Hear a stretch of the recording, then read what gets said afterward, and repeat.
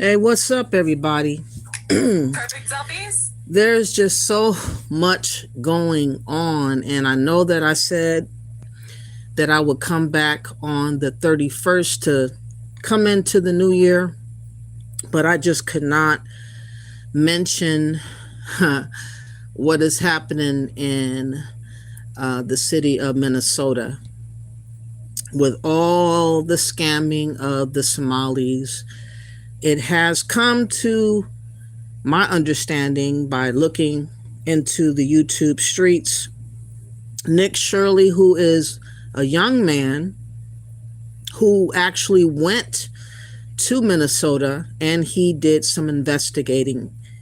He did some journalism and he was showcasing everything as it is in real time. And what he found, I was just totally blown away because I was like, with all the heat going to Minnesota, surely some of the stuff that's been talked about, they would have tried to clean it up or something. But that did not happen. Literally, people were caught with their pants down, being exposed for all the scams and all the millions of dollars, pretending to have child care centers, learning centers, and other things. So I want to show this video, but also later on in the live, I want to talk about Nicki Minaj because it's come up that her fans and many other people that are not her fans like myself have signed on a petition. I haven't physically signed on a petition. I actually learned about it today, but there are people that want to petition for Nicki Minaj to be deported back to where she came from with all the shenanigans that she has pulled as of late with going to Turning Point and just basically letting it be known that she could be the biggest coon for Trump. She could be used, however, for a citizenship. I believe that's why she was doing it. She kind of feels the heat of all the things happening to illegals and immigrants right now as far as being deported for being here illegally or scamming to get here, green card and all. Some have fake marriages and other things. And so it's not going to be a pretty year for a lot of people that have taken advantage of the American system for a very long time. There's going to be a whole host of people that's going to be deported or they're going to self-deport, hopefully. But nonetheless, people threw her in the fray, Nicki Minaj, and they said that, because she turned to be a traitor to the immigrants and to the gay population, which is her fan base, a lot of gay men support Nicki Minaj and also transsexuals, transgender support her. They felt offended because I did show some of her video with Turning Point, but I didn't go through the whole thing. I just didn't have the stomach for it, actually. But it came to my attention that she was making it seem like boys should be boys and saying that kind of thing on Eric Kirk's platform of Turning Point. And it made many people in the gay community very outraged. And so this petition, I don't know who actually came out with it, but we'll try to find out later who actually came out with the petition to try to get her deported. But let's get to the first part of the video with Nick Shirley. He is a really good person as far as I've learned of him about 6 months ago. He goes to various dangerous areas to report on what is happening wherever he may go, whatever city or country or whatever. He's done a lot. So this investigative work that he did in Minnesota is very telling.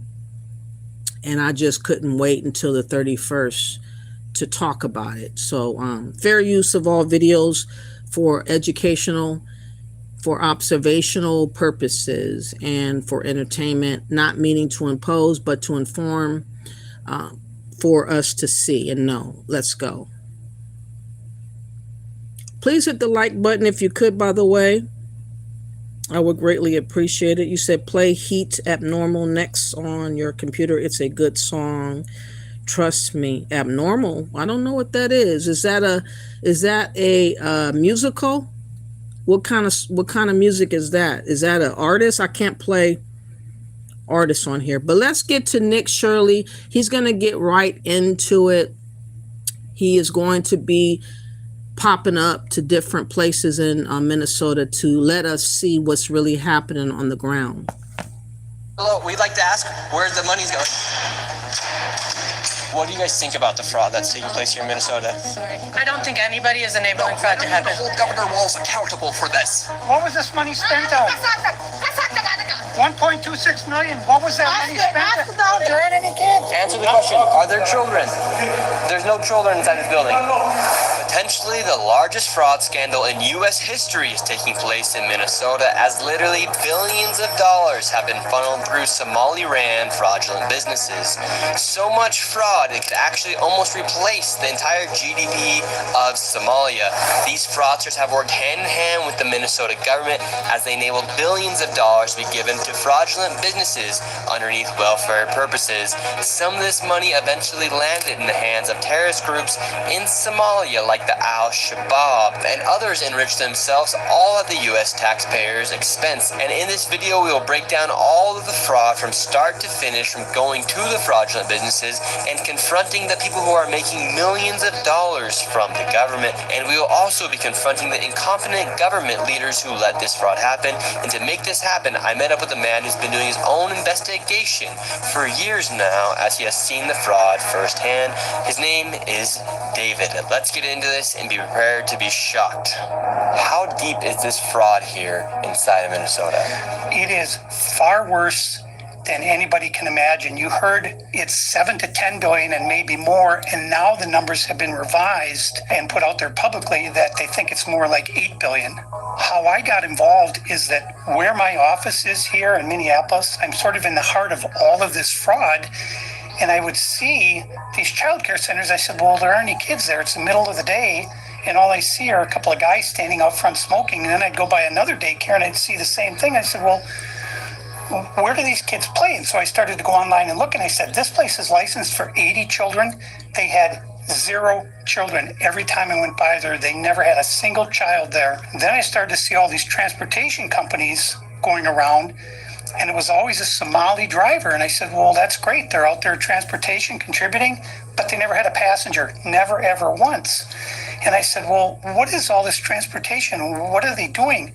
So then I found out that in Minnesota, they have something called non-emergency medical transportation.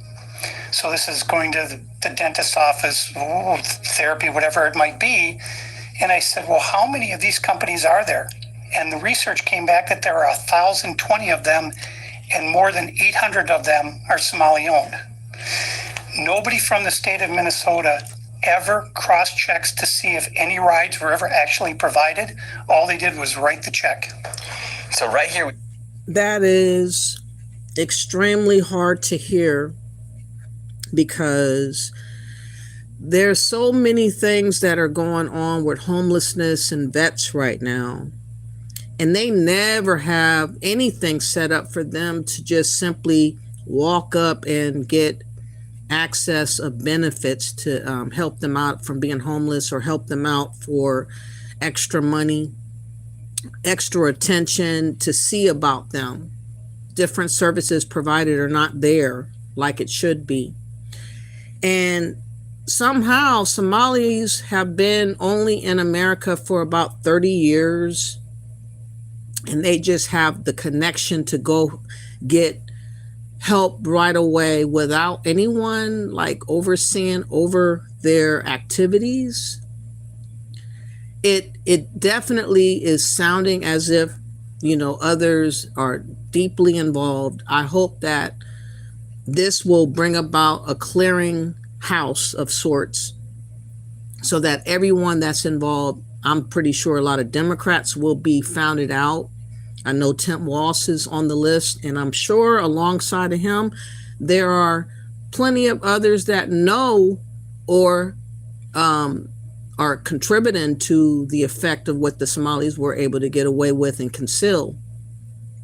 I'm just tripping out on how could we allow foreign people to come to this country and have a blank check. That's what I am totally just floored about. They just simply were handed a blank check. I believe that Trump should make an example out of this situation and definitely clear out house starting off with them, because they made the biggest mistake ever, getting comfortable scamming. They got entitled scamming. Everybody was protecting them. And you will find in this video, there's a whole host of people that try to come out of the woodworks to protect what was being exposed. But I want y'all to really understand that this elderly man, he had been noticing and he was tracking what he saw, and he tried to figure it out, but he was not being listened to. It was not given room for light in this matter. And this had to happen this way for it to be exposed. Otherwise, it would have just went on and went on over and over and over again without any consequence. Let's go. You have all this paperwork. And how are you getting all this information about the fraud? A lot of it is through my own research. And then I have some contacts at the Capitol going back many, many years. And so the data that I'm getting is 100% accurate, coming directly from research done by people at the state Capitol. All this paperwork right here, what are we looking at? The areas of fraud that I have numbers for are mostly related to childcare. This is massive fraud that is beyond anyone's imagination, the scope. And so, for example, there's a childcare not far from here in Minneapolis that has two childcares listed at the same address. And together, they're licensed supposedly for 120 children. I have never seen a single child there ever. And I've been by that place at least 100 times. These Somalians, these groups are setting up these daycares, these childcare centers, getting money from the government. He's been around for a long time, recognizing the flaws of what he witnessed. And a citizen is not able to report because of who they are. Anybody else that would be defrauding the government, I'm pretty sure, would not had the chance to get away like this. I could be wrong. There could be other people alongside of the Democrats, but for sure, the Somalis. But I'm just like really tripping out that somebody would get a discernment spirit about what they're witnessing. I understand that. I remember when Dr. Ericana made me feel some way about her scamming. And I knew in my heart there was something off about her. And through paying attention to her and listening to her, eventually it came out that she did a couple of scams in the last few years. But I didn't have any evidence because I'm not on the ground like he is. But I had a discernment spirit, actually. And this elderly white guy, he definitely had discernment. And I think that people should be open to be able to report their feelings for investigations to happen, to make sure that there are people, you know, crossing off T's and dotting I's and stuff to make sure that everything is everything. Because there should be checks and balances. I don't know why, but for the life of me, I always figured the government had their shit together. For some strange reason, I was under the assumption that they knew what they were doing, that they were being responsible for money. And this was the illusion and delusion that I had. And now everything has come out to where I don't understand nothing hardly anymore, as far as the Democrats and as far as these different programs that are brought out the blue. You know, that could be, like I said, it's a scam. It's not reality. But they were able to play this for so long they were able to get away with it for such a long time. And I'm just like tripping off of the fact that this guy is in the know and he wasn't listened to until now. Let's go. But there's no kids. No kids. Never had any of them. They're all fraught with violations. And even though they have these violations, they're still in operation and they're still getting money. And it's millions of dollars for every one of them every year. And who's getting the money? And where are they getting the money from? So we have a thing called CCAP. It's a blend of federal and state money. The bottom line is it's taxpayer money, so it's state money and it's federal money. And the problem is the people at the state of Minnesota are the ones writing the checks. This is kind of the maddening thing is you have daycare, so you have adult daycare, and then you have child care, and then you have health care. And a lot of these same names keep coming up on all of these different types of businesses. And then, of course, we have the transportation. A lot of those same names appear, a lot of the same addresses. There's one building that has 14 Somali healthcare companies at the same address. There's another building in St. Paul that has 22 Somali healthcare businesses at the same address. And the government knows about this. The government knows they're writing the checks. Yeah, the Democrats over there just writing the checks. What has happened is that the Somali community is a very closed community. They will not speak to anyone outside the community and talk about what's going on within the community. They vote as a block. And so when you're a politician, you're saying, look, I've got 100,000 people in Minnesota that if I do something for the community, they're going to vote for me. And that's what it's all about, is getting the votes. And then the people here in Minnesota, you hear this term, Minnesota nice. I'm so sick of that term. The people here are so afraid of being called a racist or an Islamophobe. And they're afraid of their own shadow. And I don't understand. I mean, to hear that, to know that they were able to do as much damage as they were able to do because of people being scared to say the truth. For people to not want to come out to speak up because they would be deemed racist. They would be deemed xenophobic. You see how we have opened up ourselves for fake Americans, illegals, immigrants to be able to manipulate us using what our situation as Black Americans or Americans overall are enduring. And they're able to flip and use stuff that doesn't apply to them. They don't know what racism is. They came to America on purpose. They didn't have no concept of racism. Yet they're using racism card. They're using it as if it applies to their life when it never has. They have been given blessings and benefits and protected, a blank check. They don't know nothing about racism. I'm offended that they would dare mix up that terminology with their situation.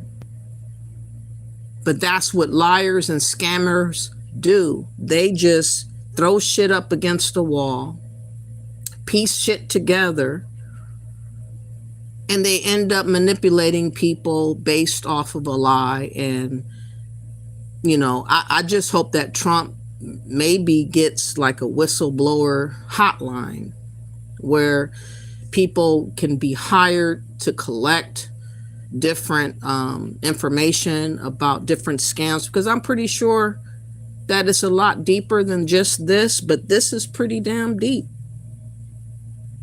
But the point is, people got comfortable maneuvering using other people's pain and history, claiming racism when it doesn't apply to them. All of a sudden, they know what racism is now. All of a sudden, they're Black now. All of a sudden, they're being discriminated against. but they never did nothing. Let them tell it. They won't talk about what they do. They don't want to talk about the disloyalty.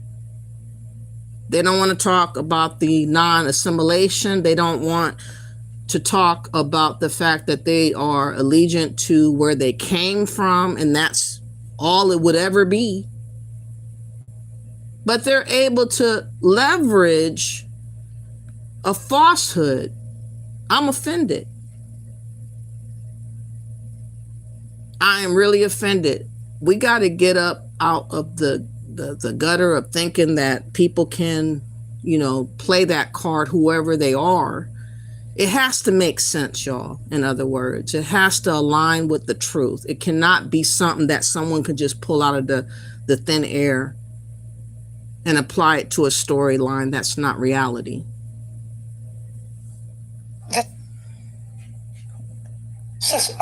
Our future generations are going to have to pay for all this fraud, and they just want to bury their heads in the sand and go on and just not worry about it. Tim Walz saying there's organized crime in Minnesota. What did he do about it? Nothing. You got organized crime?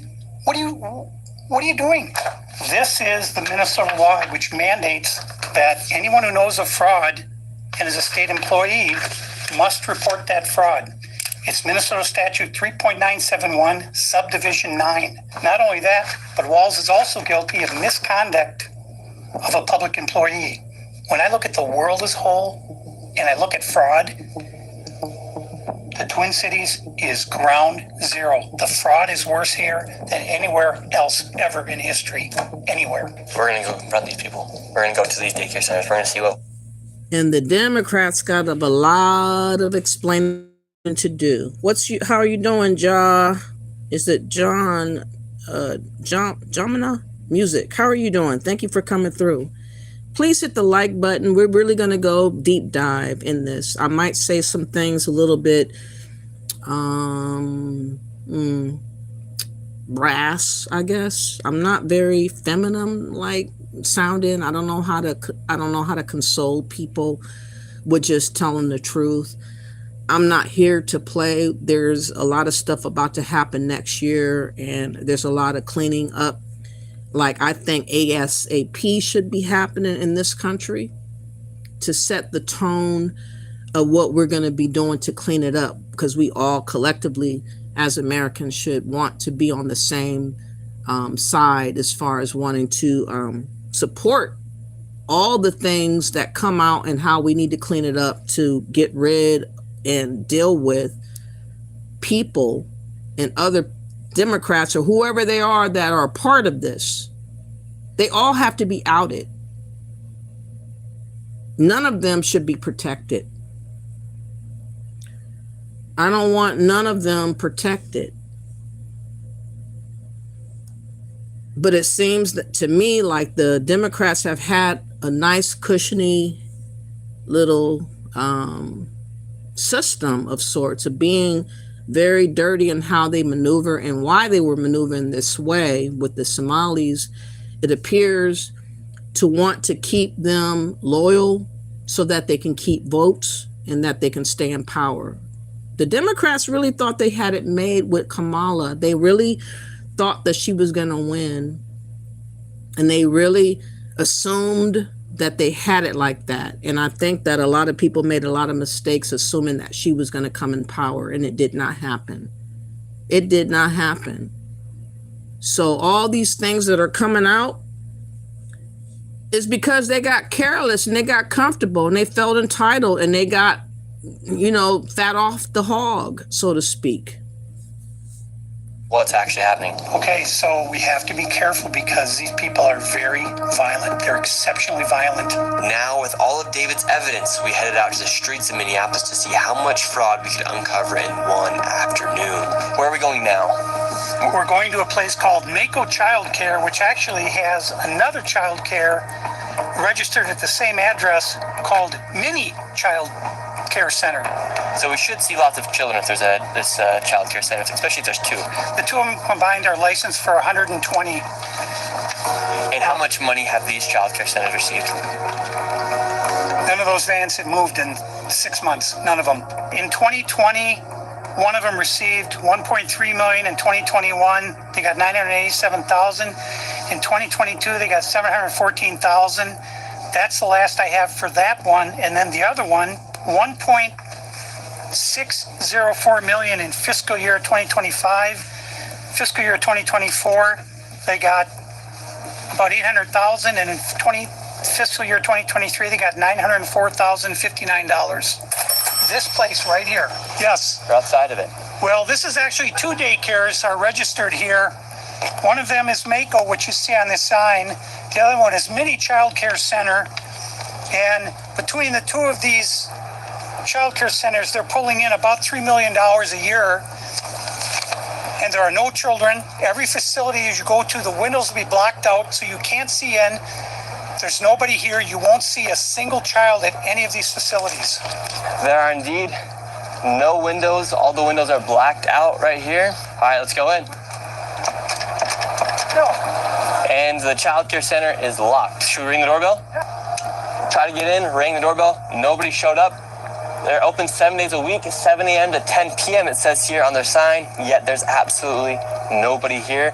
And this building here, right here, has generated millions of dollars, and it seems like business isn't even open right now, and it's a weekday. And if this was a daycare center, it wouldn't just be in some industrialized building. There would be maybe like a playground or something outside, or... There's no play area for the kids. So they are so good with being isolated. The Somalis are so good. Well, random Americans galore that outnumbers them, I'm pretty sure, overall in Minnesota. Doesn't even go check out on their businesses. They leave them alone purposely for years since COVID. Like they were so isolated that nobody really checked in with them like that. I think there was one Black American woman that did attempt to put her child in one of the daycares, and she was told that no, they couldn't do it. And I think that this guy right here, the older guy, is the only time that I have seen where it's been mentioned that he has been keeping up on them for a time, more than a month. He's been knowing something was off. He's been seeing stuff has been off. And he was definitely in the loop of trying to investigate or try to bring attention and awareness to what was going on with the Somalis. My point is, they weren't as open and warmy, like they weren't warm to the public. The public was not comfortable, conversing with the Somalis. They had it like that. It was a strange relationship going on in Minnesota where the common American would just leave them alone for the most part. And they were able to pull this scheme off as if they were legitimate for such a long time.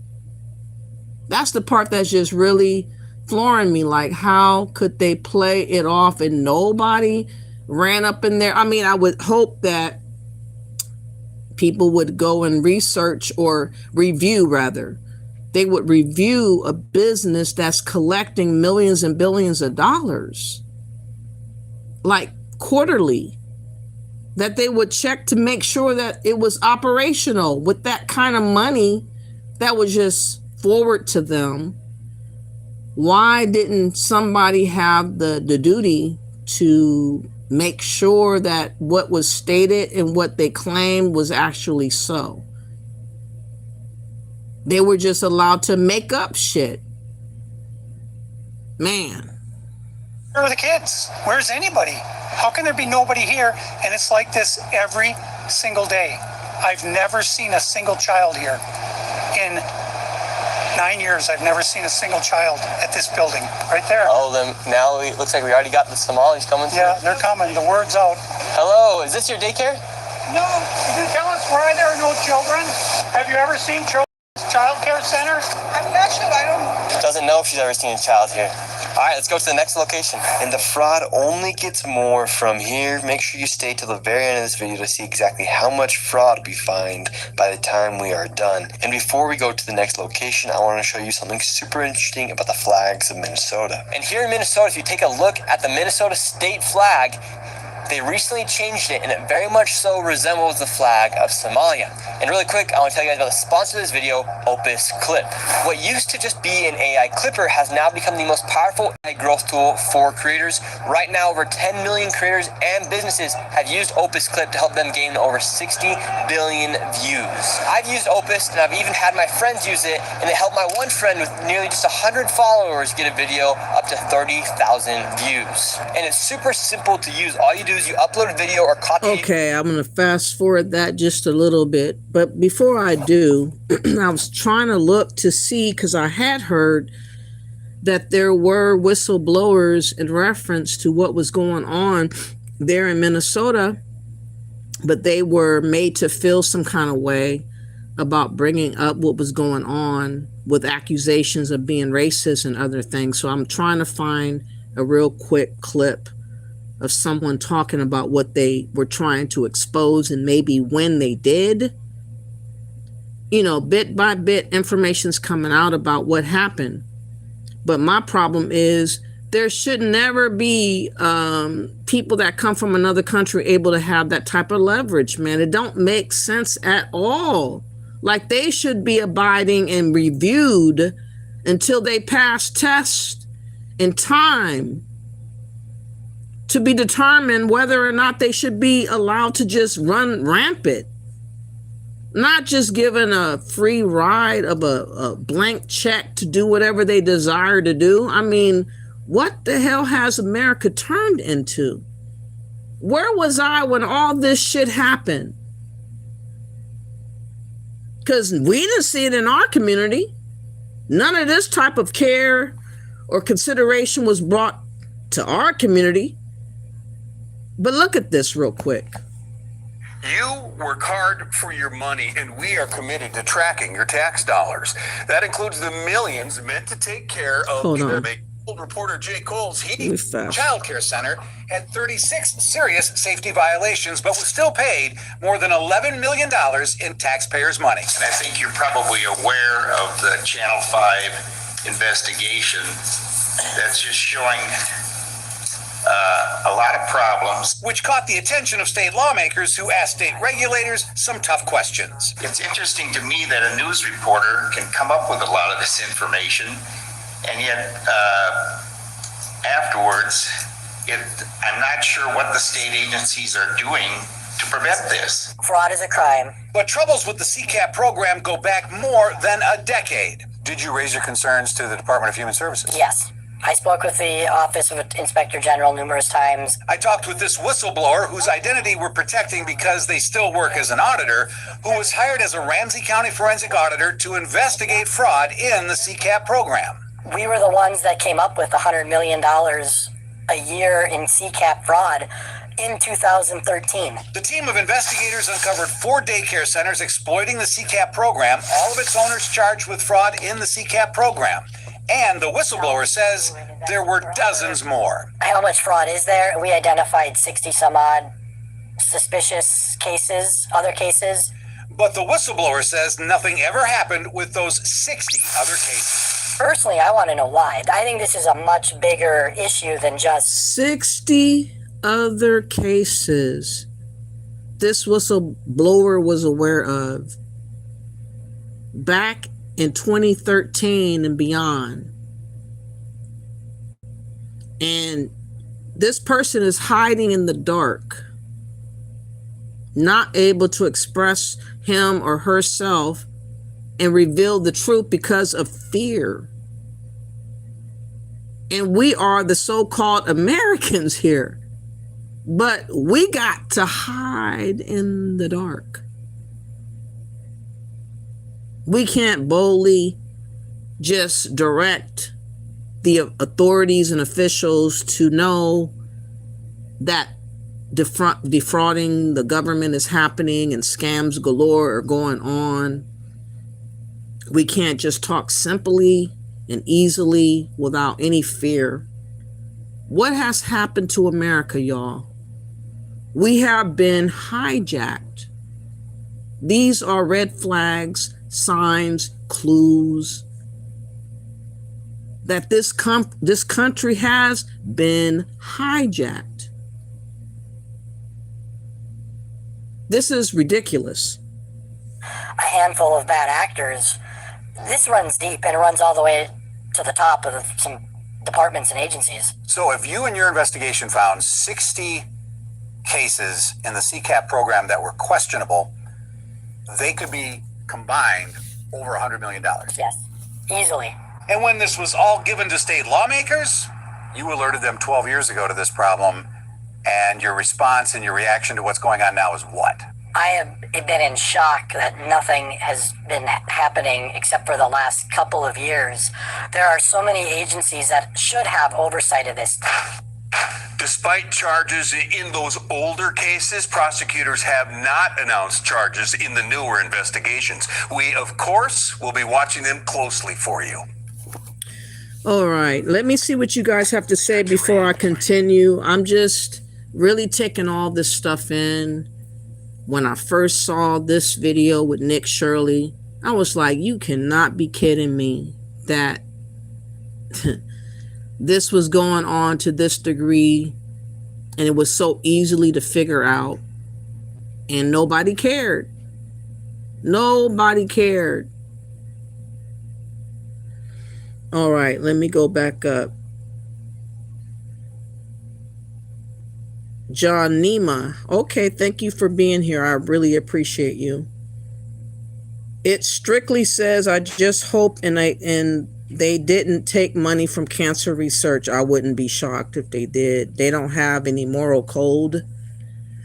These people don't care about what's right and righteous. They don't care about what's godly.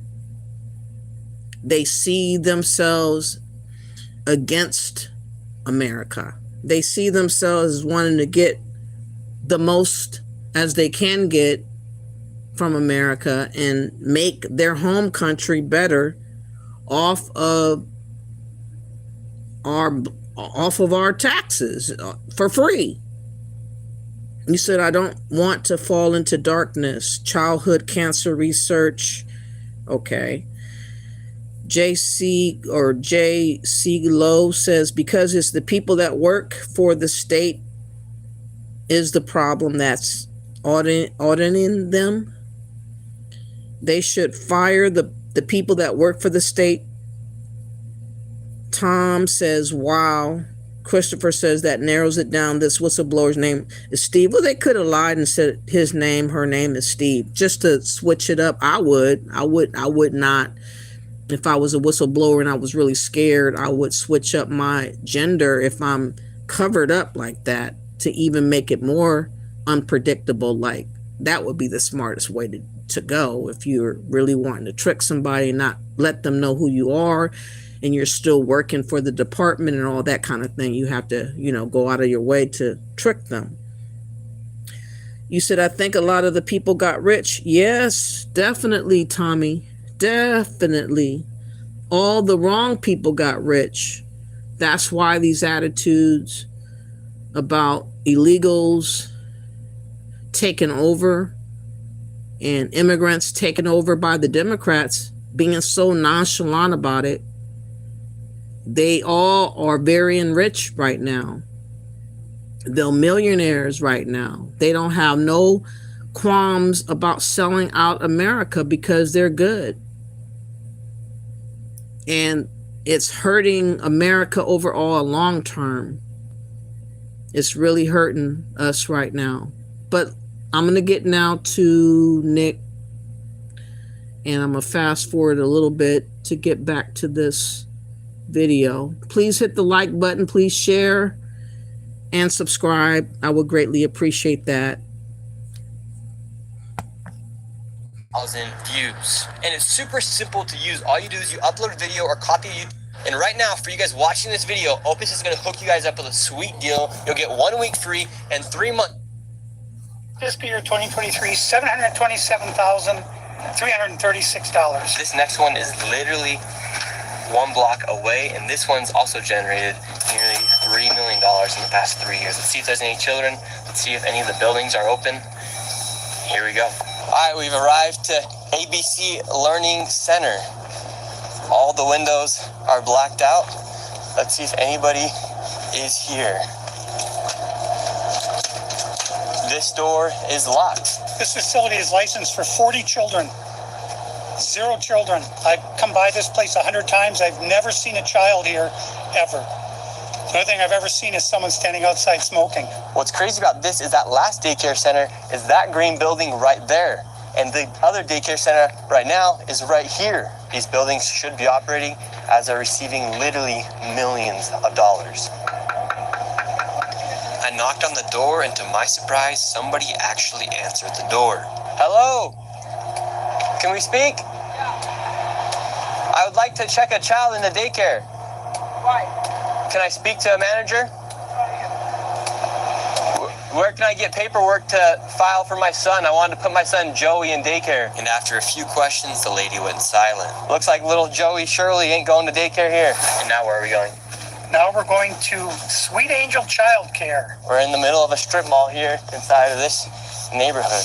In fiscal year 2025, this facility, which says it's licensed for 74 kids, was paid $1.26 million in tax money.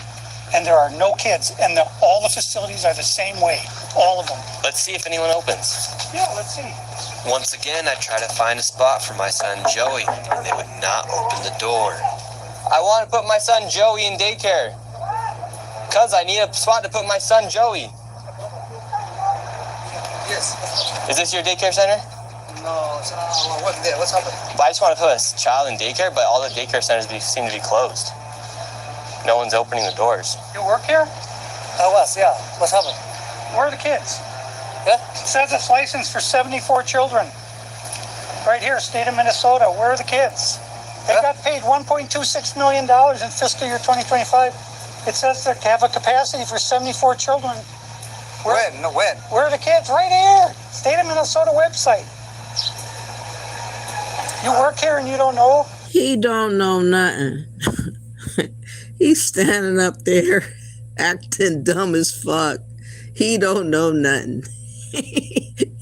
Oh my God. Oh, the light came and shone the truth. He don't know what kids he's talking about. What kids you talking about? Oh, he forgot. He in a daycare center. You cannot make this up. It's been going on for so long. He's confused on what he's talking about with the kids at the daycare center.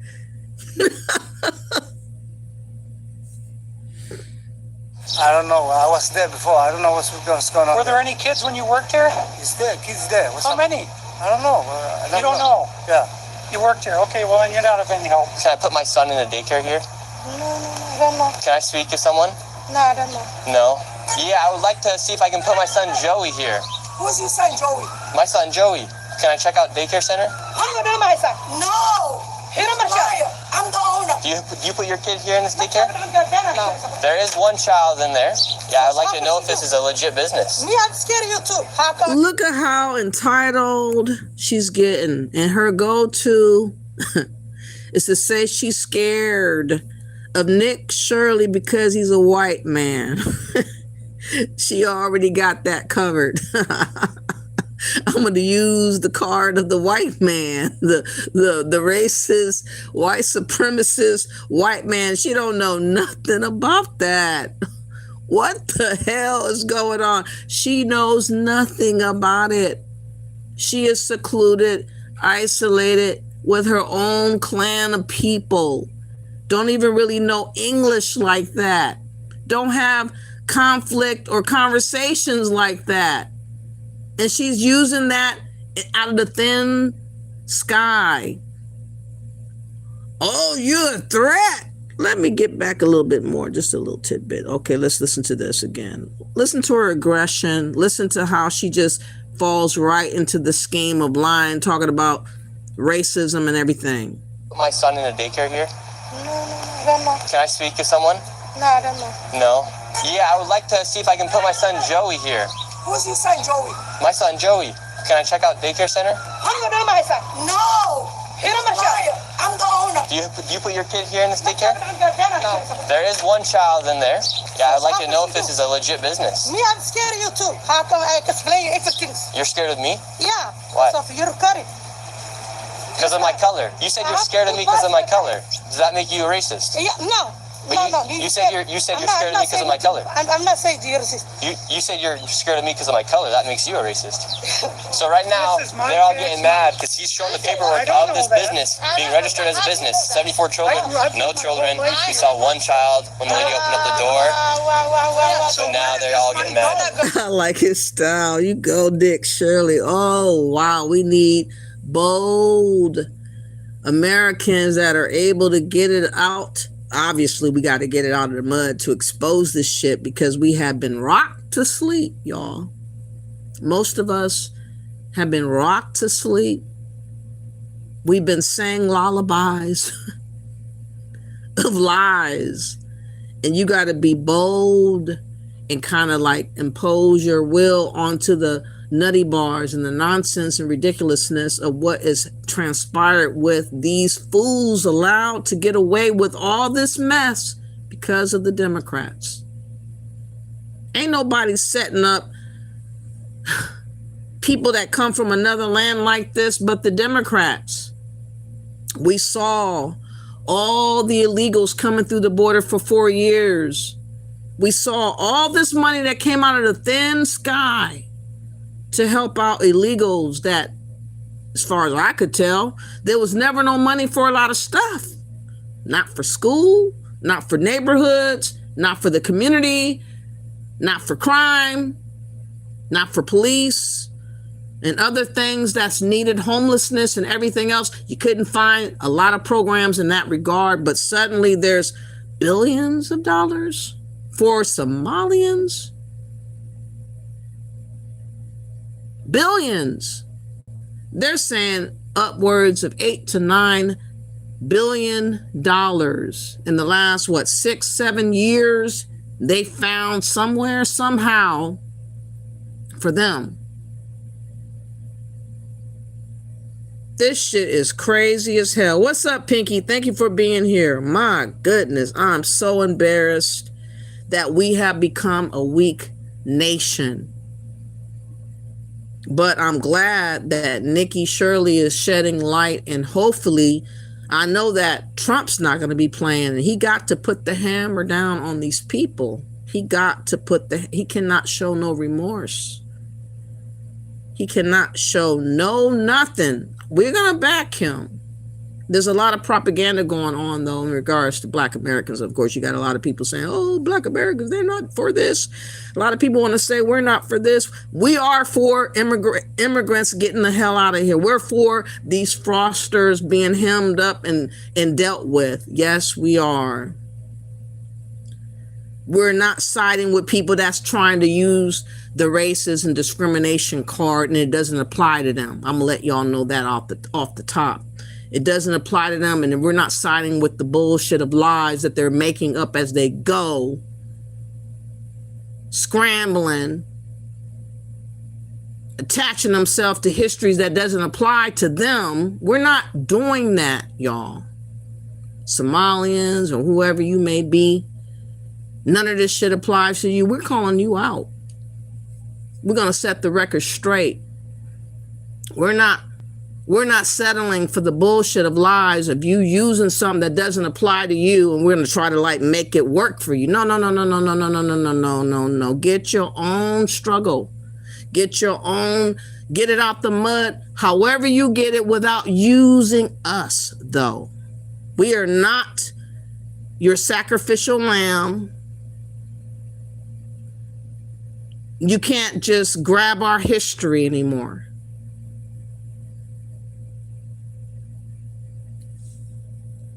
What was this money spent on? 1.26 million. What was that money spent on? There aren't any kids. Ask the owner and the kids. Well, then why are you talking for the owner if you're telling me to talk to the owner? I'm sorry. I'm not understand what you're talking about. Do you have a child here? No. Does anybody? No. Where are the 74 kids? Did you lose them? Did you lose these kids? Do I need to call someone? Do I need to issue an Amber Alert for missing children? Are these children missing? It's not my business that children are... She said it's not your business, because in her mind, she's still all that and then some. In her mind, she's the chosen people, because the Democrats chose them, okay? They've been protected beyond understanding. They thought they were untouchable like Jesus Christ himself. My God.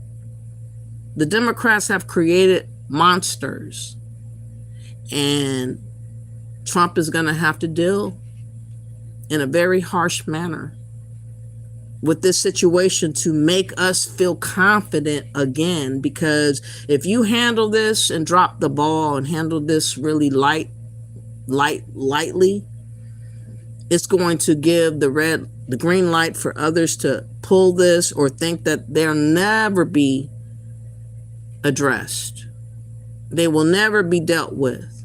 They're untouchable. That cannot be the message in the memo that's sent out moving forward in this next year. Missing 74 infants and toddlers, preschool.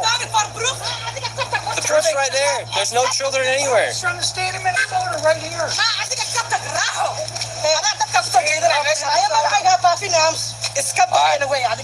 we're moving on to the next location. Have a good day. As we continue to show the blatant fraud that was taking place here in Minnesota, Somalis started following us around the city. And now we're being followed by the Somalis. This is another daycare center, absolutely no signage, and there's no footprints in the snow of children playing outside. $5 million within the past 5.9 million in 2 years. 5.9 million they received in 2 years. That facility right there. And now we have a group of Somalis telling us in our vehicle right now. From this daycare center, we headed over to the infamous Quality Learning Center, which actually spells Quality Leering Center on the outside of their sign. That's how blatant this fraud is here at this daycare. Don't open up! So this is Quality Leering Center. I meant to say Quality Learning Center. Don't open They up! said they spelled learning wrong. And listen to this old crow that came from nowhere with her phone out and video out, obviously a Democrat, warning the Somalis not to open up. She was on standby to let it be known, don't open up, because she's in cahoots with the Somalis. She don't care that they're scamming. She don't care that they're robbing and doing the worst because she's involved, or her people, Democrats, she's a shill, is involved. But you can hear this crow crowing. Don't open up! How do you have ice here, ma'am? I'm literally a YouTuber. Don't open up! Ma'am, what do you think about the fraud that's taking place here in Minnesota? Don't open up! We have ice! And what do you think about this place being licensed for 99 children Don't open up! and getting $4 million Don't over open the up! It's ice! $4 million in the last 2 years? Go away! What do you think about that? Are you in Go favor? away! Are you in favor of that? Go away! You know what You're it- not welcome here! Are you- Shame on you! Are you in favor of $1.9 million going illegally, Don't open up! fraudulently to this business? She don't have no qualms about it. She don't give a damn that she's on camera. She putting her whole back and body into it. Who does this? What is going on? I know Nick Shirley like, oh my God, we got a live crow in the mist. What the hell is going on? Oh. His Quality Learning Center, but can't even spell learning right on the door. Don't open up! Ma'am, we are not ICE. I don't care who you are, you don't belong here. I belong here just like you belong here. Don't open up! It's ice! You do realize that there's supposed to be 99 children here at this building, but there's no one here. This is a child daycare center. 99 children. paid $1.9 million this year in CCAP funding. Do you know where the children are? Were they kidnapped? They run away? Where are the children? This is state of Minnesota. Right here. And who are you? My name's Nick Shirley, ma'am. And who are you with? Nick Shirley. Nick Shirley on YouTube. Yeah, so who are you with here? Oh, he's just been doing some research investigating the fraud that's taking place here in Minnesota. I'm with Nick Shirley. This lady, she's calling us ICE. We're just trying to put law and order. She getting all the info. Who are you? So I can report you to my authorities, to my lead. Oh my God. Let me see what you guys have to say in the chat room. I'm like, this shit is not funny, but it is funny because it's so ridiculous that you cannot believe what you're seeing and hearing. You cannot believe it. You can't make this up. But this is happening in 2025 where an old crow ass woman is willing to be a traitor on tape and showcase the fact that she's a traitor to help out fraudsters. I mean, she didn't even want to clear it up after she heard what Nick Shirley said. She didn't say, oh, that's what's going on. Oh my God, my bad. I made a mistake. No, none of that came out her mouth. It did not come out her mouth. Oh my God. Wow. All right, let me go back up.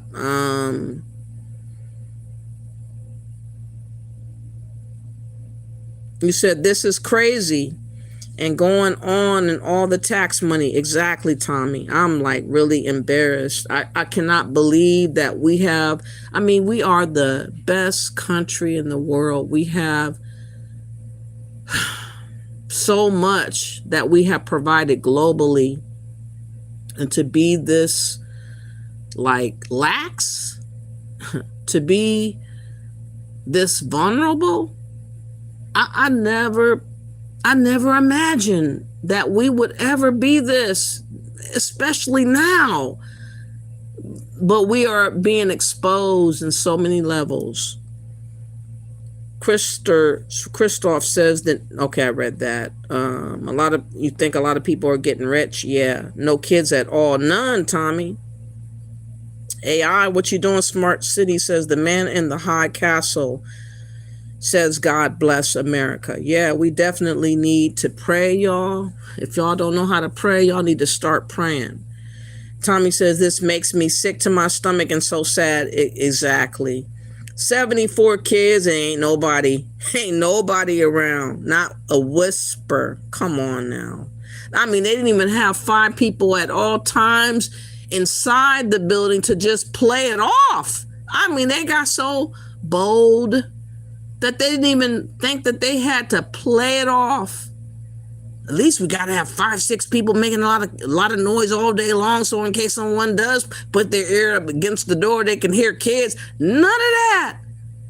They did nothing. They felt confident. They were comfortable. That shows you how deep this fraud went. It was deep.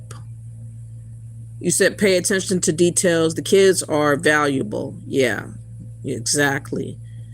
Brawlden says kids get dropped off then picked up a few minutes later. And ain't nobody got dropped off though. That's the truth. Shining light on scammers is a threat. Apparently so. But that has to change, y'all. We got a lot of people that are not here with good intention among us. From all over the globe, whether y'all like to realize that or not. I mean, they're from everywhere. And they have bad intentions, and they are in our country right now as we speak, plotting and scamming and scheming and thinking what they can do to do this and get away with that. And if it all else fails, they're going to just crash and burn. That's a lot of the mentalities of these people that are among us. In the millions, unfortunately. I wish to goodness I would not really feel that way. I really wish that was not the reality that I am seeing. I really wish I was the one just overreacting and responding, but I'm not. It's been going on for such a long time under the radar of the Democrat. And now all the truth has hit the fan, and you cannot look away, and you cannot go back to being dumbed down and stupid. You cannot. None of y'all can ever go back and play off what you have seen and heard. Because if you do, you are a fool, and you basically don't give a damn about your life and the future of your life and your children in this society that we live in, and the culture and America and everything. You don't care. You said there are celebrities, they are celebrating in England right now because Israel recognized them. I think that was Somali land that got recognized by Israel. Maybe that could be a place where some of these Somalis could be deported to. I don't know if they get along over there or not, because I don't know who's warring with who. They have different clans and all that kind of thing that's going on over there. I don't know the ins and outs of their plight, but all I know is that they definitely have another allegiance to another country that is not America, and they are not true Americans. And I'm not going to play like they are, because they came over here 30 years ago and got Americanized based off of paperwork. But their spirit and their mentality and how they've been responding and acting tells you that they're not in it for America like that. They're here to take. They're here to do whatever they can get away with, to take and give back to their country. And if that is what they've been doing, which they have, I don't think that they should have legal ground to be able to manipulate and get away with playing in our faces like they think they should be able to do. Like, we all see you, we see you, you can't get away with it. May Lenny says, and people who really need the help don't get it, but those who knows how to use the system gets away with it. It's sad. It is really sad. You never lied. But that's the truth. You said no money for the homeless. Exactly. I really feel they gotta go to save the American homeless and the vets, for real. It is an epidemic. It's been going on that I've noticed for about 5-6 years, really bad in California. But it's probably been going on a lot more than I realize. But I've noticed 5-6 years.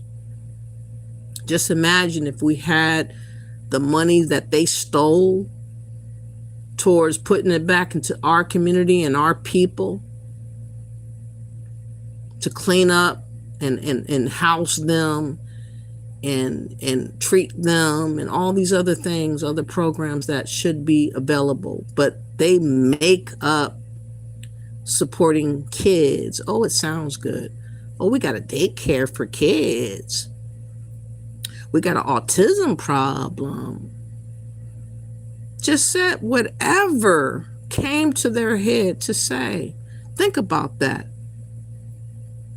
It came to their head for something to say that they knew that sound good. And they were very deceptive on purpose. Very callous in taking all that money, knowing that it was going to make some have not, and they did not care. And have not, we had. Americans were the ones taking the have not position, and that's been what's been going on with the Democrats. They have flipped the script.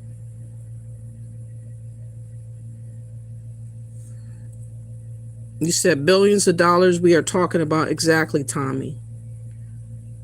Pinky says, what's up, Pinky? Thank you for being here. Richard says, forever wrote those people. That check needs to be thrown in jail. All of them, Richard. Every last one of them. I want to see a Tim Walls, whatever his name is, in jail. I'm serious. I want to see all these untouchable people that can't do nothing wrong and talk a good game. smile all over the place, singing songs and playing, goofy games that are manipulative and they are wicked. They all need to face whatever karma that they have to endure. I don't have no qualms about all of them being locked up. Give them the option of being locked up or being deported. Maybe get locked up for a time first. Yeah, let me backtrack. Get locked up for a time first, and then the option is stay longer or be deported. That's your option. That's what we give you, the humanity of it all. We didn't have to give you no humanity. Many a times we have locked people up and not considered their humanity. We did not consider their kids, their family, their future. But we have decided, even though you did all this wrong, after we take all the money back, of course, after we get and find all that money that you guys sent overseas, you hid it over here and there and all that, find all that money, take it all back, and have them go to jail for a time so that they never forget and that they never ever dare try it again. And then after some time, let them know, are you willing now to be deported, or are you going to stick to where you're at in jail? Okay. Minnesota already changed their flag to Somali flag. Yeah, you never lied there. I did show a video of Tim Walz actually putting up the flag of Somali. Let me find that again. Let me show you the ridiculousness of this. He literally got up, put Somali flag. He got up and put the Somali flag up and instead of the flag that was standing. Very disrespectfully he did it. You can tell that he is a weak man. I mean, people nicknamed him as being a tampon. He was the guy that said that tampons should be in the bathroom of men. Tampons needed to be in the bathroom. This same dude with a sickness about him, he is a goofy. He is weird as fuck. Look at what he did. This was about a year ago. About a year ago, y'all. Where he put up the Somali flag in place of the Minnesota state flag. And he did it on camera with pride. He did it on camera with pride. Whoa, wait a minute.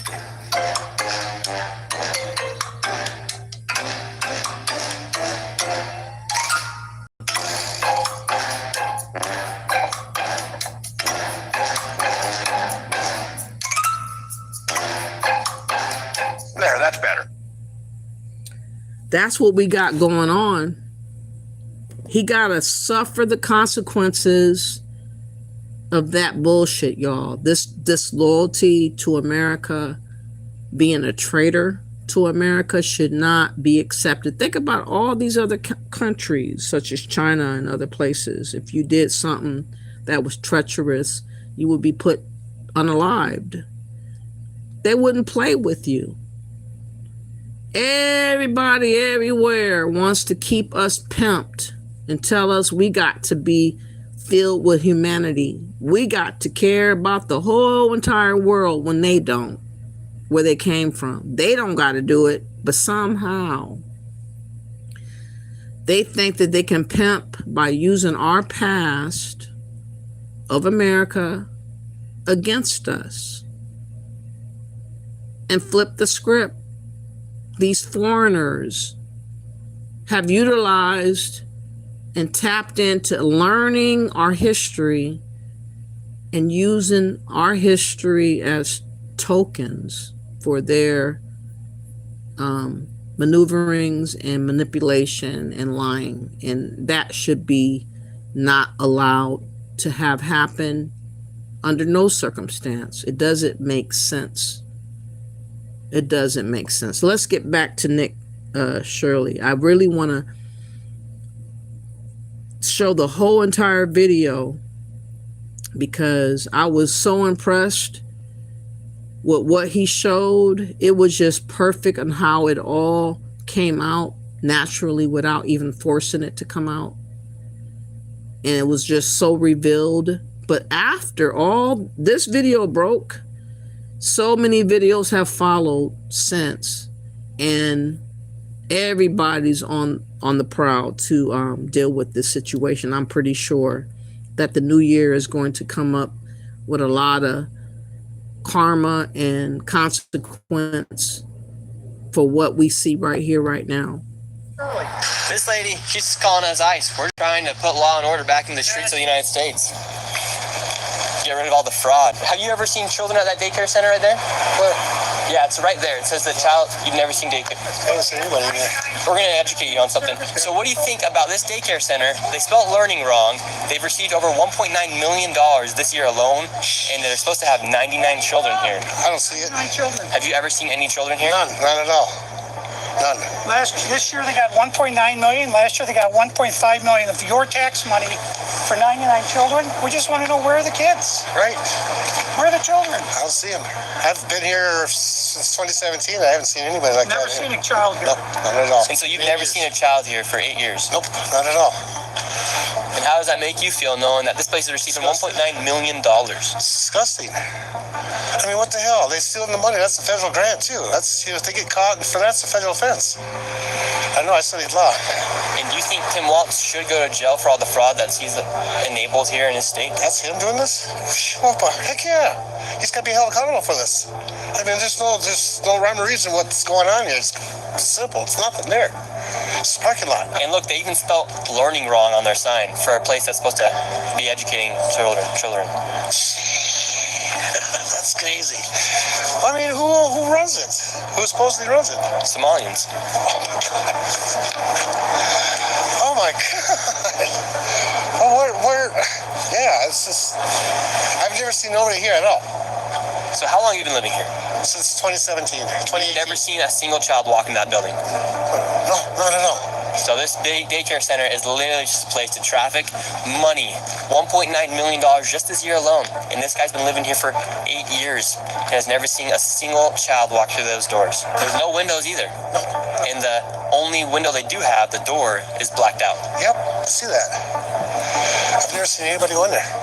Within just a few hours, we nearly approached $20 million in fraud, and we headed over to George Floyd's neighborhood to expose more of the fraud taking place. This place is called Future Leaders Early Learning Center, and it's licensed for 90 children. And in fiscal year 2025, they received $3.6 million. In fiscal year 2024, they received $3 million. So in 2 years, they got $6.67 million, claiming they have 90 children every day of the week, 5 days a week. So let's find People out. are making just about more money than NBA athletes. And we don't even know if they're paying taxes, but we don't know where this money is going. Is it going to terrorism? Where is it going? But it's theft, it's fraud. And the reason I'm involved is I want it to stop. I care about Minnesota. I'm doing this for the people of Minnesota. I don't make a dime off all this time I've spent on this. I put my life at risk several times, but I'm determined to see this through and to correct what is wrong, what is evil. Here at Future Leaders Early Learning Center, this building received over $3 million. Hello, how are you? I would like to see if I could bring little Joey, my son little Joey here. Is there paperwork, or can I check out the daycare? No. Why can't I check out the daycare? It's not here. Okay, but can I get paperwork or anything to submit my son little Joey to come in here to daycare? We'd really like to put Joey in this daycare. Little Joey. you gotta laugh before you cry. This is unreal. She is so comfortable scamming that she don't really understand everything going on, but she knows that what's going on is not something that she should be liking. And she's like, the manager not here. She don't know much, but she know to say that much. The manager not here. Okay, we've heard great things. Business card? No, I would like your business card, actually. You talk to your manager. Okay, can I speak with somebody? Where are the children at? Are there children here today? No. No children. Yeah. Why are there no children? They're two up next to them. Would my son, little Joey, have friends to play with here? No. No. No friends for little Joey. Yes. Sorry. Dang it. Well, have a great rest of your day. So, little Joey would not be accepted to that daycare. Joey's still homeless. Joey's still looking for daycare. And because little Joey couldn't get into a daycare, we went to an autism center, as they have been popping up everywhere as a rise of autism has occurred here in Minnesota because of the government funds that they're receiving. I tried to check my son Joey into an autism center. We've been going to a lot of these daycare centers. We're trying to find a spot for our little boy Joey, but we thought maybe we could check him in the autism center because none of the daycare centers are open. Yeah, and how many kids do you guys have at this autism center?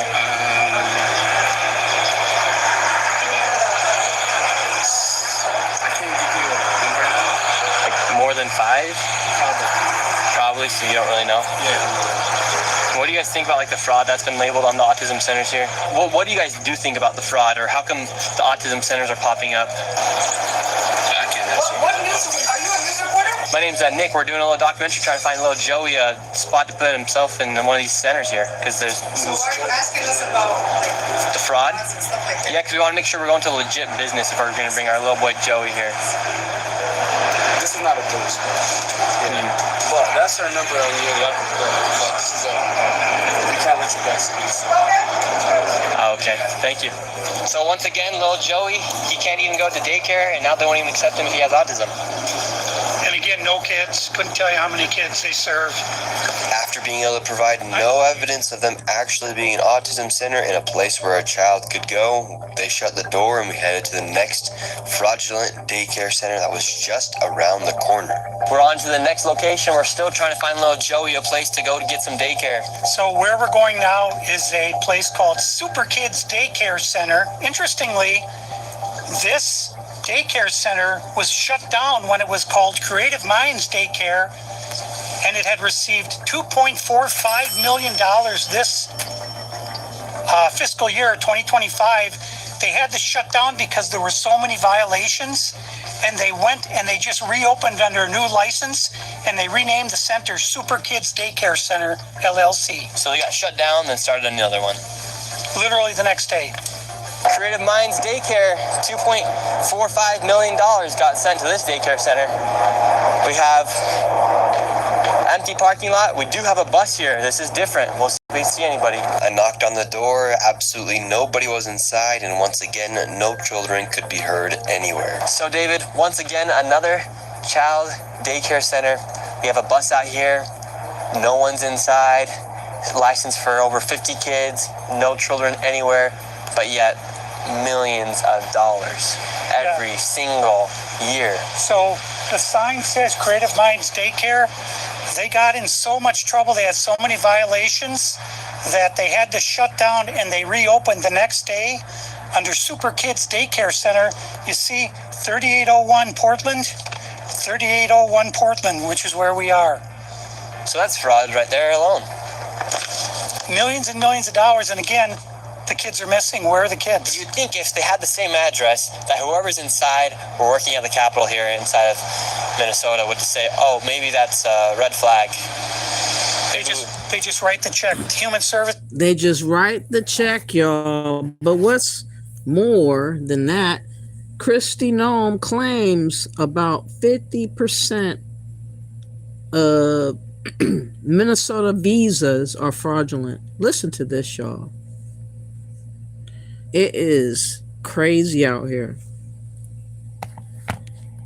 Minnesota and their fraud on visas and their programs, 50% of them are fraudulent, which means that wacko Governor Walz either is an idiot or he did it on purpose.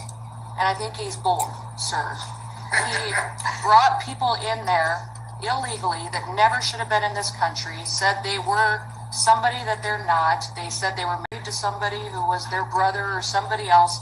Fraudulent visa applications, signed up for government programs, took hundreds of billions of dollars from the taxpayers, and we're going to remove them and we're going to get our money back. And we're going to, this next year, make sure that we only put people in leadership positions in this country that love this country and have its back. So not only that, to look into Minnesota, man, I really feel some kind of way about this. It's going to be controversial on what I'm about to say. But if you come from another country and you have relatives recently from another country, in my mind, you can't be with allegiance to this country. It is impossible, in my opinion, for you to have sole allegiance to America. I can't fathom that. I have no other place to connect to but America, because this is all I know. And others that were born for generations here are not the same as people that have come from elsewhere. They are dual. They're dual people. They're the duality of being able to go in and out of their other country and come to America and put on the cap of the American cap. I don't think that being American should be like putting on the outfit, though. I think you should be that within yourself, your being, your soul, your blood, your mind, everything about you, not just putting on a cap or an outfit. There's a difference. And I noticed that Vic, that Indian dude that's a Republican, he made a comment about people that proclaim to be an American for generations are just as American as he is, who is an anchor baby from his father, who is not even a legal citizen of America. Somehow he is just as American as someone that has been here for hundreds of years. He caught himself making that argument, and it really enraged me, y'all. I didn't expect that. I did not see that coming. I did not know I was going to have that emotion within me. Nobody told me to have that emotion, but I was offended. I'm like, how dare you barely hear with your father, who's not even an American, and your origins barely making it here, to equate yourself as being being just exact to people that have been here for hundreds of years, and you're playing it off, and you're having a forum at the turning point trying to say that we all American. And you're lying. You are bold-faced lying. For him to say that in front of a crowd, and I will bring up his video. I'm not going to do it now. I'm rambling a little bit. But yeah, there's a difference. There is a difference. Why are we playing like it's not a difference? Why are we allowing ourselves to be manipulated and tricked out of the truth? You can't go to other countries and play this game, but people think somehow they're to come to America and put on any type of narrative out there, whether it's true or not, and somehow we're to listen to it. We're supposed to absorb it. We're supposed to give it the benefit of the doubt. We're supposed to give it credence. Since when, though? Why? Why are y'all doing that? It's not the truth. Anyways, we gotta stand up as Americans, y'all. Like, for real. The bullshit that we've been brainwashed to be like and tricked into demoting our faculties as a person that thinks critically and thinks sensibly, to give it all up for the sake of propaganda, or it sounds good, or politically sounding, and all these other things that people expect from you. That's why I'm not liked, because I don't sound good telling the truth, even though it's true. But it doesn't sound good. It's supposed to make you feel uplifted somehow. I don't know how to do that. I only know how to tell you the way it is. And people don't respect that, though. Okay? Let's get back to this. Red flag.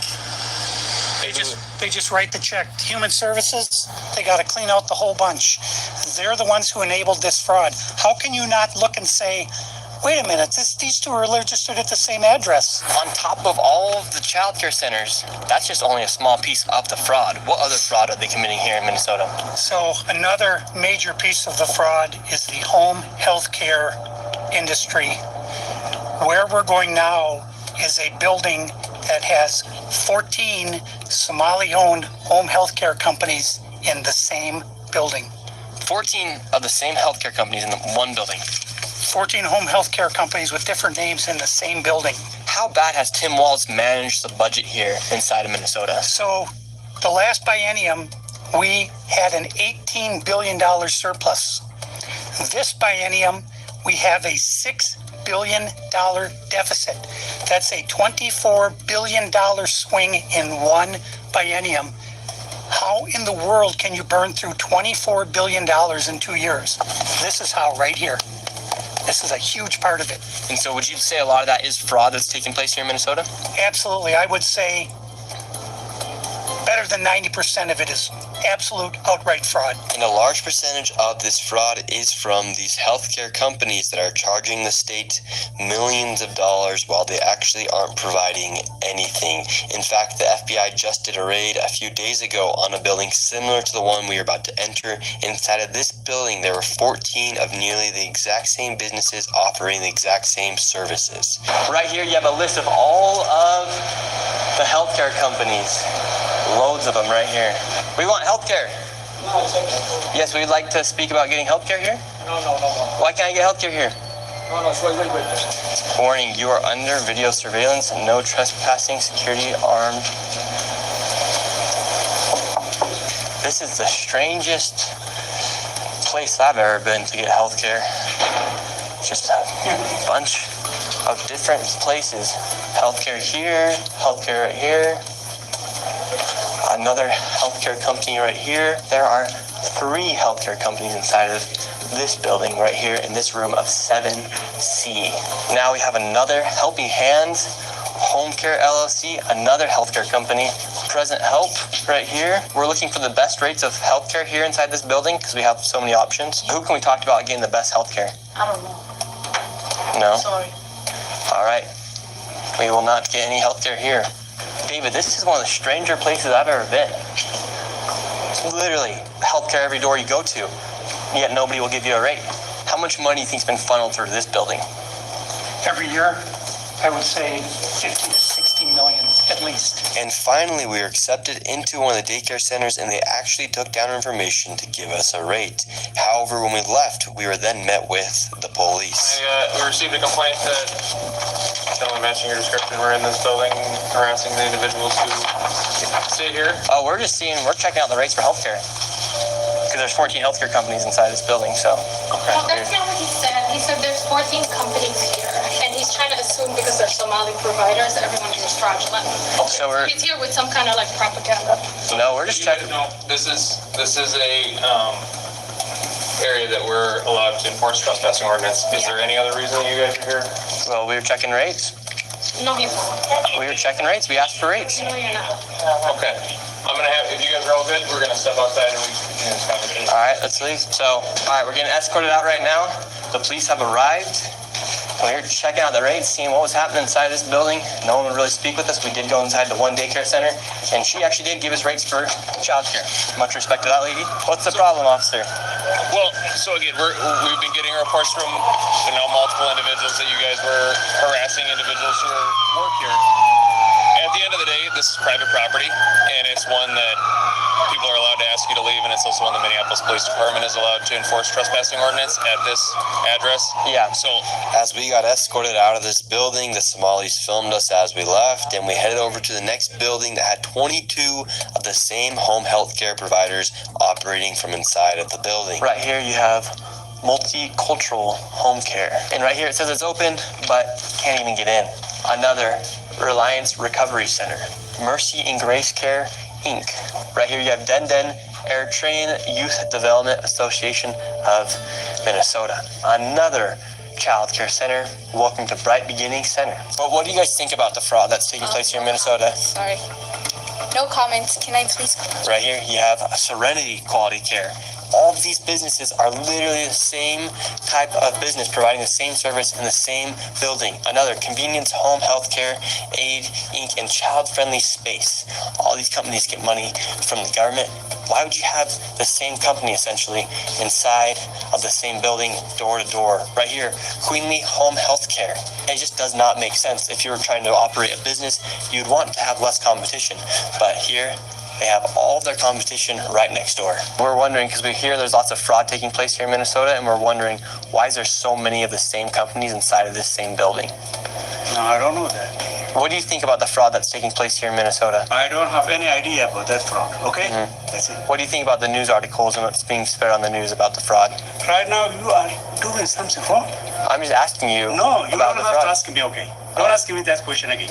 Okay. Okay? Who can I speak to? Who can I speak to? Okay. Don't ask me that question again. I heard that. Let me go back up.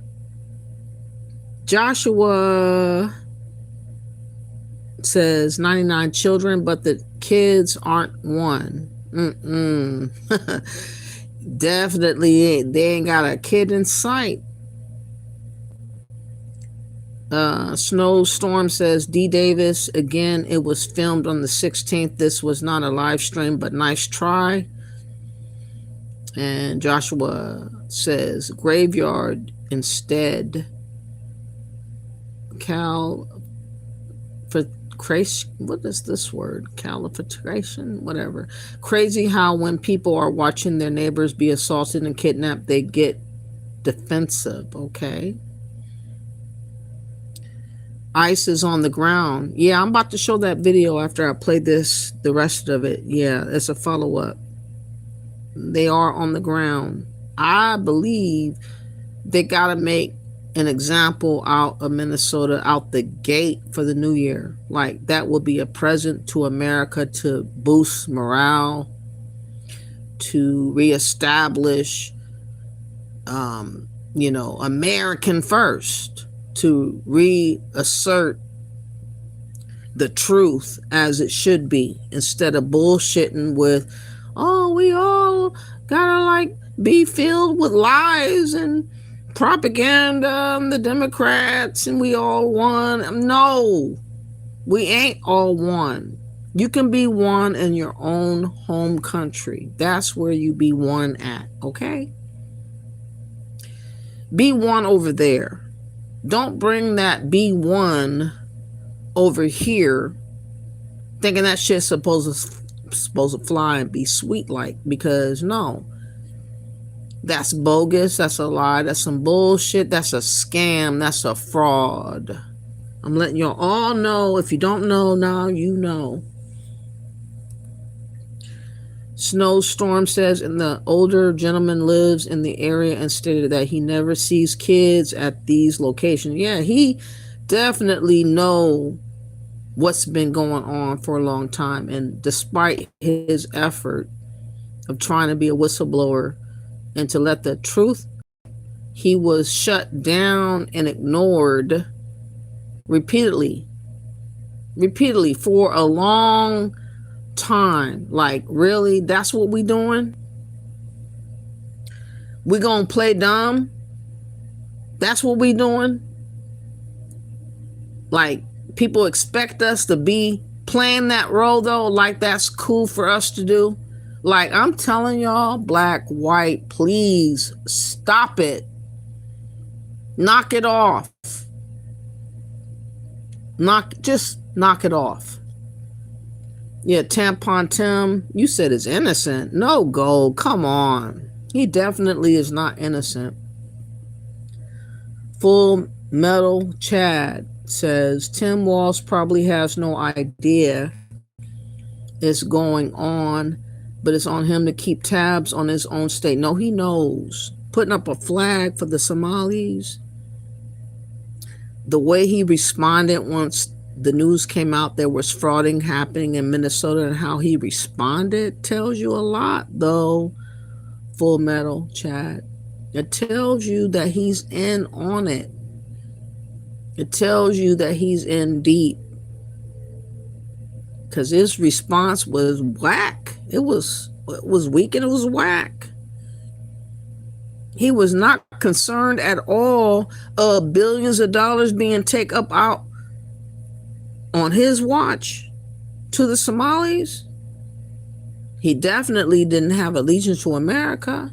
He let it be known he's not down for what we on.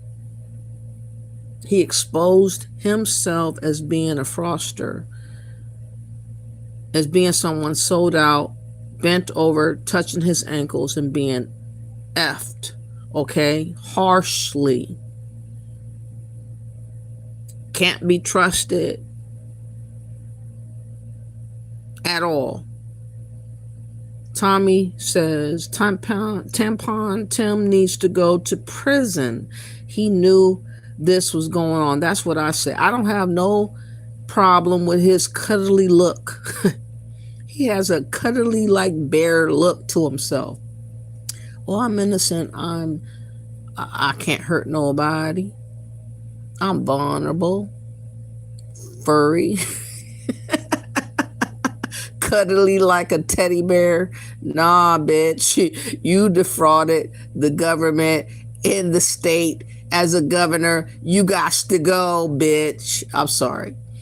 I ain't got no sympathy at all for Tim Walsh. Like, lock him up quickly. Don't delay.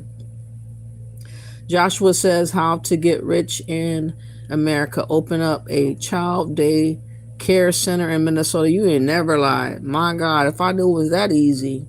Just pretend. Most people don't want to open up a daycare center because they don't want to deal with the kids to give them headaches and be all over the place, running after kids. But in this case, there ain't no such kid running around. You ain't got that problem. You can just put gently on a piece of paper that you're doing this and you get cut a check. That's what the Somalians were like, pimping the Democrats for real. They would say it so, and they would get broke off because they said. They got broke off because they said. They got a written blank check because they said. And we rocking with that, Americans. If y'all don't wake y'all dumb asses up, I don't know what to tell y'all. Snowstorm says the tab for this could be as much as 19 billion. Oh my God. I think about all we could have done with that money. Man, Snowstorm, you ain't never lied. If it could go up as much as 19 billion, I don't want to wrap my mind around that. 19 billion, that is sad. That shows that we have allowed the words of what others, and there are others that have been playing in our faces about our history and our story and our fight and our plight. And they have come in the guise of our fight and our plight on both sides. And they were able to camouflage themselves and our plots and our plights and our fight as us, as Americans, as the history of us infiltrating our land, infiltrating our country, and bringing with them a different script that they flipped on us and played our sides against us because they know that we were already having problems, and they flip it and they use it and they benefit from it. And I just see it so plain and clear. Like, people can just manipulate us like that. And now they're not even of the soil, though. Like, literally, they're not even of the soil. They're not of the history. They're not of the fight. They're not of making the society and the culture be what we stand on. They make nothing to contribute to what we have done or do, but they siphon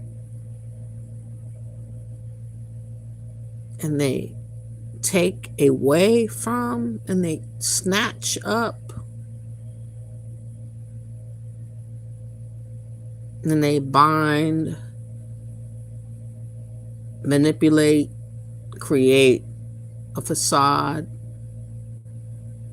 that's not reality, but they somehow gain money off of using the facade because we so stuck on the script that we have been back and forth on, and they play off of it. We got to break that cycle of playing off the same script we've been on. 2026, we got to sever what we've been on. Black Americans, white Americans, legal Americans, with the allegiance of America. We got to sever from the script of the bullshit that we've been on, because these foreigners and these fake Americans and these immigrants and illegals are capitalizing off of us being stupid and confused and downtrodden and chaos and bickering and fighting and being stupid and silly. They're getting among themselves collectively in a room talking about how they can maneuver and get over off of us being the same thing we've been. And look at how they got away like a bandit. $8 billion or $9 billion in one city. Think about if they go to Ohio, because there's other people that's been letting it be known there's other frauds of the Somalis in Ohio, Maine. It doesn't stop. And if we go further and look at other immigrants and illegals, you're going to find much more. It does not stop. They are built off of the scams, schemes and shams of utilizing our narrative against us for the benefit of them. And that has to cease. I'm sorry. We cannot allow them to manipulate us as Americans no more. Have some pride in yourself, for God's sake. You used to have it. Get it again. Find it. Figure it out. And excommunicate all the others that are not on your level. They should be the ones on the outs, not you. We should not be the ones on the outs. They should.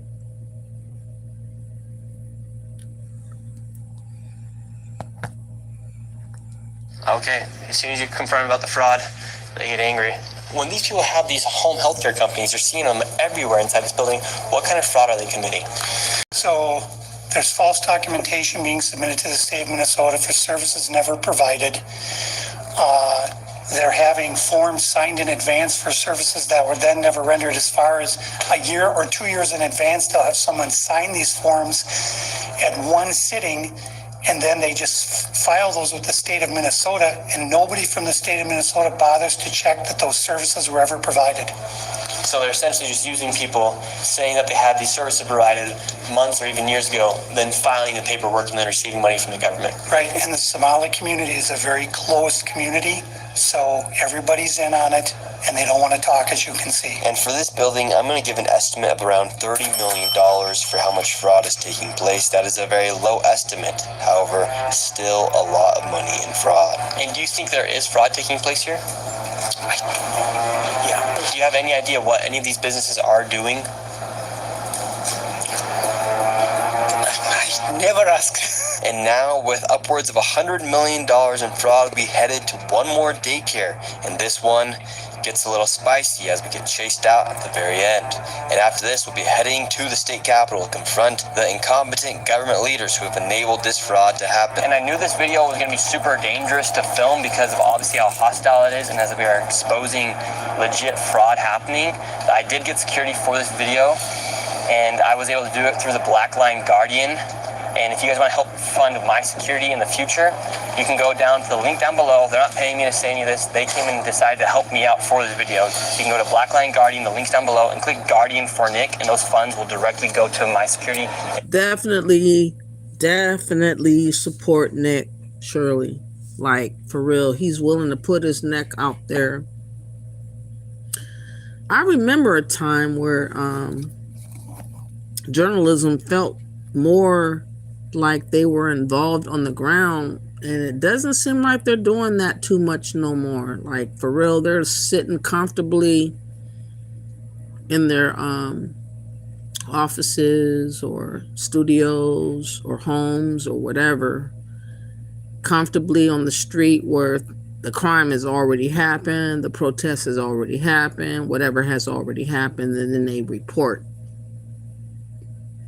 Nick Shirley is doing it in the midst of it, as it's happening, to show confirmation to us what's really going on. He needs to be supported. I appreciate him, because I would never do it. I ain't got that type of, aura about myself. But we need it.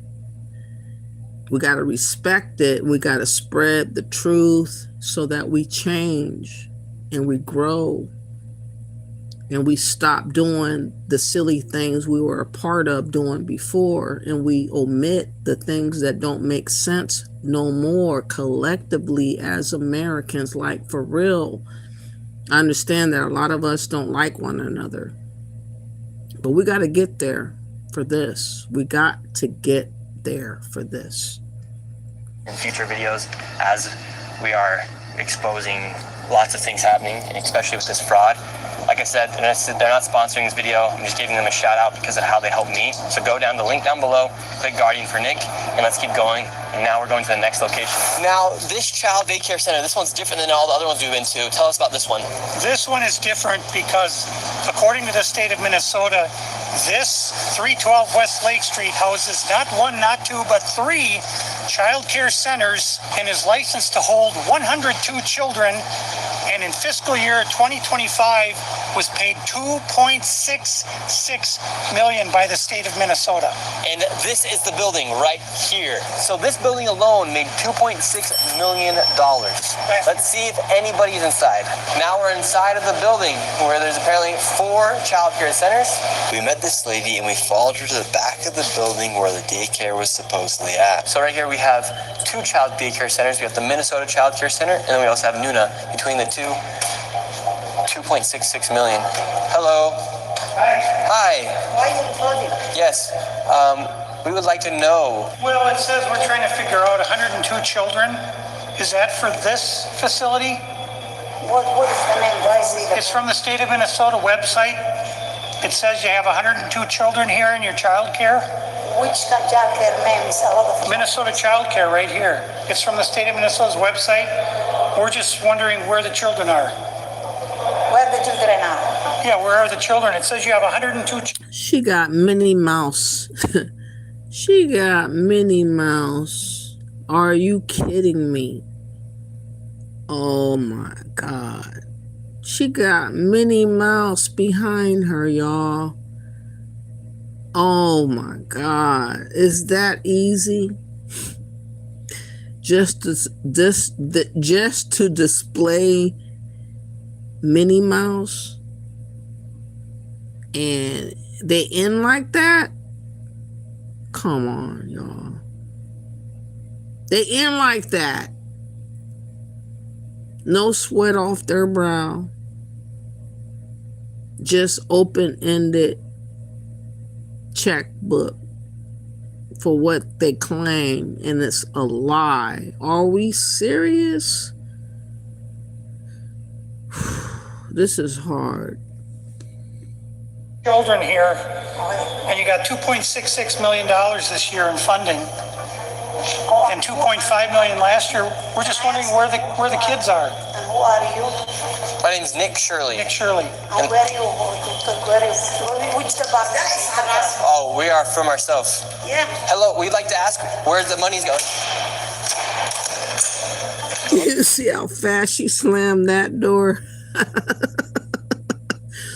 Ooh, I want y'all to feel that. I want you to feel that. I want you to feel it. And you got $2.66 million this year in funding, and $2.5 million last year. We're just wondering where the kids are. And who are you? My name's Nick Shirley. Nick Shirley. And where you? Which department? Oh, we are from ourselves. Yeah. Hello, we'd like to ask where the money's going. Look at that. Shut us down. Where are the children at? No children inside of this daycare center. And look at this daycare center right here. No children inside of this daycare center. But between those buildings, over $2.6 million. We are just curious, where are the children at? Do you know where the children are at? Where are the children at in these daycare centers? I don't care. How can these child care centers have no children? I don't know. There's $2.6 million inside these businesses that were given by the government, but there's no children to be seen anywhere. People deserve to know where their taxes are going. If these companies and these daycare centers are making upwards of $2.6 million and there's no children to be seen anywhere, something fraudulent is happening. And that is not making you racist, Islamophobic. This is just the truth of what's happening here in Minnesota. If there's a bunch of white people doing the same thing, we'd be talking about the same issue. This is just fraud at unprecedented levels here inside Minnesota. It's actually very concerning. Where are the children at inside of these buildings? They're nowhere to be seen. Millions of dollars are being sent into these daycare centers all across Minnesota, and there's not a child to be seen anywhere. Here's another daycare center inside this same building. We don't want you to be videotaping anything. Where is all the money going for if there's no children at these daycare centers? Sir. Yes. I told you, please leave. Yes, we have a question though. Where is the children at these daycare centers if there's millions of dollars? Ask the local government. Oh, we've asked. We have the paper here. So we're wondering where the money and where the children are at. We have the paper right here. Come here. Who are you, first of all? My name's Nick Shirley. You don't have any permission to record me. Period. Can we talk outside? You don't have permission to record. She doesn't have permission to record me. You cannot stop people on the street and question them. We can ask. You don't have any permission. Where are the children? I will sue you. You don't have any permission. We have nothing to do with this. Understand? Then are there so leave. Please leave. Are there children here? Please leave. Where are the children? $2.6 million for a daycare center. You ask whoever you think is doing that. You don't know what you're talking about. So leave. Leave. We're wondering what's happening. We are not a child care. We are nothing to do with it. We're common people walking. Yes. We're not accusing you. We're asking where the children are at. Don't ask me anything. We're We're asking the daycare centers. I am not gonna answer. You have. Where are the children at? Leave. We just want to know, where are the children? Who you work for? My name's Nick Shirley. Who you work for? I work for myself, Nick Shirley. Okay, what are you recording? We're wondering, where are the children? $2.66 million for You're not talking to the the right Minnesota person. Child Care Center. You're not talking to the right person. Are there children that come here? Answer the question. Are there children? Leave. There's no children inside this building. I don't know who you're talking to. Leave. That's just a simple question. Where are the children at? David, they won't even answer. We asked him, plain and simple, where are the children? Do children come here? This is why I've had my life. I've been attacked twice. Once with a knife, and the other time I was jumped last Saturday by 3 Somali men simply for asking questions about what was going on. And they're very, very violent people. They do not like this fraud to be exposed. After giving this man plenty of opportunities to answer the simple question, where are the children, he called the cops on us, and we headed to the state capitol where they're having a meeting about the fraud to confront the state representatives and people in the government who have enabled and let this fraud happen. Inside of this committee, a Republican representative showed charts showing exactly how this fraud has been committed and who is profiting and connecting all the dots. And while the Democrat representatives looked into the abyss, one of them spoke about how none of this is building trust and how this is a nonpartisan issue, so I went and confronted her after that. Yes, but He has some very valid questions to ask about what's going on here in Minnesota. And do you think this fraud I don't know who crosses? you are. My name is Nick Shirley. Do you think this fraud is Republican or Democrat, or just facts that fraud is happening? So just that is I think the fact that Because you it as a partisan issue. well, because that's what I heard you talking about. I know what I said is that Because what we're talking we want about to build trust, but fraud is fraud. So why should we be enabling fraud to happen here? No, I don't think anybody is enabling fraud to happen. Hold Governor Walz accountable for this. Okay, sir. No. This Sir, is not. sir. When are you going to hold Governor Walz? No. She is a representative for the state of Minnesota. Yes or no? Excuse me. Yes. Are you? If you're gonna talk to me like Are you that, the state? I'm a disability advocate. I heard you, and we've got a chance overstimulated. to testify. Thank you for testifying today. No. Ma'am, the facts are the fact that fraud is happening here, and it's not a nonpartisan issue. That was hella funny. Oh, wow. She's like, you cannot talk to me that way. Like, really? Ooh, I got to play that. I'm sorry, a little bit of that. When they touch hands, look how they were touching hands. And they really listen, y'all. Democrats ain't no shit. I don't know who this black guy is at all. But he's playing. Come on. If you're gonna talk to me like Are you that, the state? I'm a disability advocate. I heard you, and we've got a chance to testify. Thank you for testifying today. No. Ma'am, the facts are the fact that fraud is happening here. I don't think anybody is enabling. Well, because that's what I heard you talking about. I know what I said is that Because what we're talking about is. we want to build trust, but fraud is fraud. So why should we be enabling fraud to happen here? No, I don't think anybody is enabling fraud to happen. Hold Governor Walz accountable for this. Okay, sir. No. This Sir, is not. sir. When are you going to hold Governor Walz? No. She is a representative for the state of Minnesota. Yes or no? Excuse me. Yes. Are you? If you're gonna talk to me like Are you that, the state? I'm a disability advocate. I heard you, and we've got a chance to testify. Thank you for testifying today. No. Ma'am, He said he gets overly stimulated. Hold on. Oh, wait a minute. Does he get overly stimulated? Hold on. She is a representative for the state of Minnesota. Yes or no?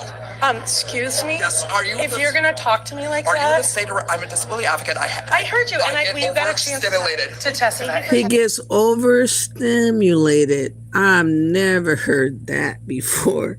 Let me stop right there and read what you guys got to say. And let me know in the chat room if you think Homeboy is an American or a fake American, a tether. What is he? What is he? Please let me know your thoughts, because I don't know, and I want to know. I want to know. You got the skills to tell me? Tell me. Tampon Tim needs to go to prison. He knew this was going on. Tommy Live says, exactly. Go to jail with his Tinkerbell ass. I don't give a damn. Tinkerbell and all. Take your ass to jail. Joshua says how to get rich in America. Open up a child day care center in Minnesota, apparently. Snowstorm says the tab for this could be as much as $19 billion. I think about all we could have done with that money. Man, it's sad. Full metal. Chad says it's crazy. CNN and NBC isn't talking about it. I did try to see, and they are not. That's how you know we are on the right side of history. They are shook. CNN and NBC and all these other fake channels that support globalization, they are revealing themselves to be who they are. Peep game. Who are globalizers, who are quiet right now and not talk about this big ass scandal. And they ain't jumping on it. Anyone not jumping on it, they are part of the problem. They got real comfortable. Yeah, they did. Gold 17 says they're in the building counting their money. Exactly. Taking it easy and comfortable, like nobody in the way or interrupting or distracting them from counting their money. Open check by the Democrats. Like, yo. Joshua says, I'm upset. My guidance counselor never told me to open a children or child care center in Minnesota. I imagine they didn't, because we didn't know. It was lucrative to be manipulative and a liar and a fraudster. Like, the Democrats obviously were in a room with these scammers, and they came together and figured some shit out that they pulled. That's why all of them involved, get them all. Trump, President Trump, get them all. Don't spare nobody. They did a big scheme, scam, and sin is what they did. Oh, and Snowstorm says, and we have similar scandals brewing in both California and Maryland. What? Full Metal says young people in this country really did a queers for Hamas rally. Oh no, are you serious? For Hamas, the queers, really? Oh my God, that tells you about their intelligence. What in the world? I wish you would never have put that out there in the universe for me to even understand it. Queers for Hamas. Oh, wow. Tommy says they go and rent these buildings, get a check every month with no kids involved. This is crazy. Yes, they did. Pinky says serve all their prison time and then deport them. She ain't playing. She said don't give them no break. Serve all that 20 plus years in prison, then take your ass back home. Oh, I heard that. I'm just saying get them out the way quick, like, you know what I mean? Never receive them back. Put them on a blocked list, a black list, whatever kind, since they want to claim black suddenly. Put them on a black list, traveling. That means you blacked out from getting in altogether. All right. Trump Bunny says, how many innocent people have been proven innocent after serving their sentence? We treat Americans like second-class citizens while putting illegals on easy mode. I already know. Trump, you ain't never lied. Trump Bunny, oh my goodness. We can really talk a long time about how you think, because that's how I think on everything real. I'm seeing illegals getting away for a very long time with a whole slew of stuff, and they're like staggering and shook right now that what has been is no longer. What has been is no longer. What has been is no longer. No more. No more, no more. What's up, African Goddess? She says prison costs money and is likely to be comfortable compared to being deported to Somalia and having your assets seized. You know, they have an option of going to Kenya. I heard a whole host of Somalis are in Kenya. And I don't know how many people have already gotten away with millions of dollars because they already set foot somewhere else and they took the money out the bank or whatever the case may be. But they need to figure stuff out. Like their situation claiming to be American does not apply because they never maneuvered themselves as Americans. They always stayed assimilated to themselves, unto themselves, for themselves, Somalian first. Obviously, they cannot stand nowhere in court or any other place and claim to be have an allegiance to American first. It just cannot fly. It cannot fly. Being collectively scammy and everybody being benefited off of the scam. No, you collectively took care of your whole entire clique. They all were touched by the scam of the money. And they all need to go home or elsewhere from America. Like, for real. Like, we should not be playing games. Tommy says, I bet him and his family life good while the rest of us out here are suffering. I hope not. Joshua says nobody's going to prison, unfortunately. Don't say that. Somebody got to go. I'm sorry. A lot of stuff actually has to happen for us to have faith in America because Trump is doing a lot. I mean, I don't agree with him going to Nigeria. I ain't gonna lie. He said he was American first. Stay on American affairs first. Like, you should not extend yourself to every other possibility out here. For what? But he does. Trump does it. And so that's why he is controversial, even to me.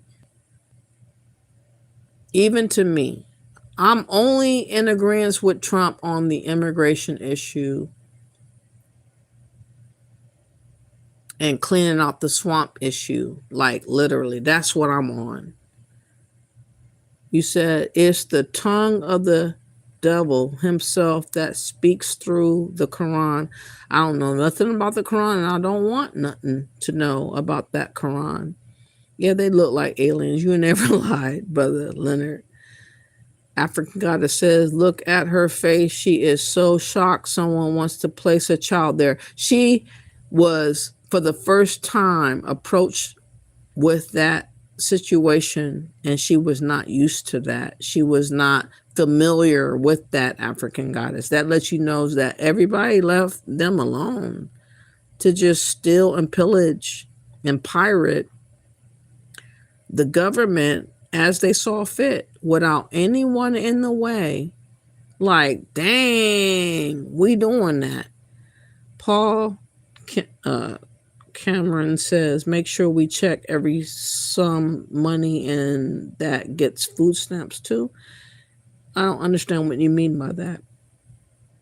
Sandy White says, amen, sister. Thank you for that. Trump Bunny says, exactly. Thank you for that, Tommy. You can't serve two gods the same as you can't serve two countries. You can't. You really, truly can't. There should not be dual citizenship. There shouldn't be dual allegiances. You got to pick one or the other. And you got to act that part. You cannot just say it and not act the part. Like, America has to be preserved beyond people visiting randomly coming into our land, and we cannot put them on a pedestal and above what's been. That's pissing me off that people think they got it like that. That Vivek guy and other people that are anchor babies that proclaim because they were born here too that they're just as American as I am. I don't know. I'm not rocking with that lie. We ain't doing that. Okay, let me play this video because I really like Al Coulter's response to the Bobbitt guy. We'll get to the last part of the video in just a little bit. I want to mix it up a little and see if I can find that video, because there's a lot of stuff for us to understand, like for real. And then I'll go to Nicki Minaj. Nicki Minaj to me is irrelevant, really. She is a liar. And a manipulator. Okay, Al Coulter, where are you at? There is a video I want to play.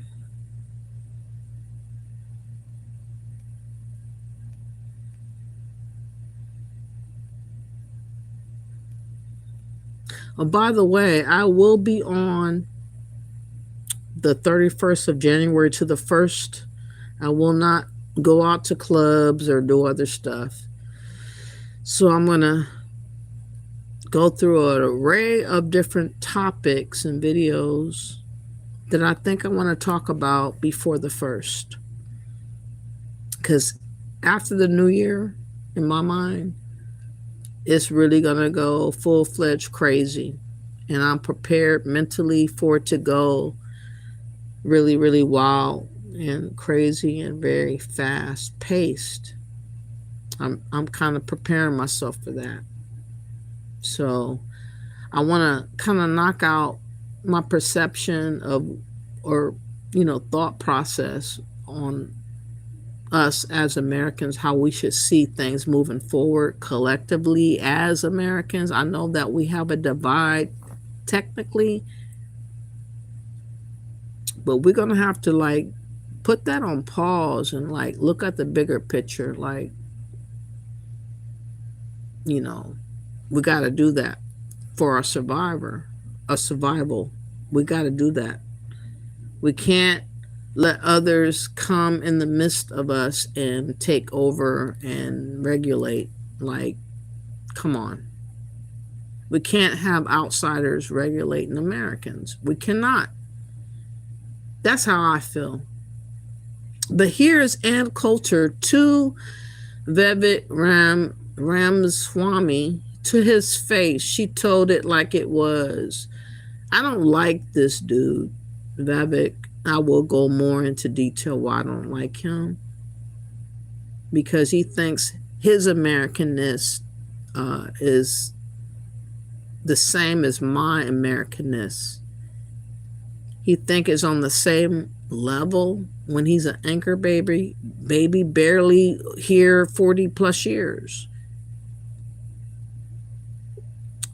No, we're not to give away our power and our essence as a people of a land mass that we've been in for generations, and let strangers, outsiders, people that just barely got here in the last 50 years to regulate. Are y'all on that or are you not? And I think that we should not be on allowing anyone that just barely got here to regulate anything.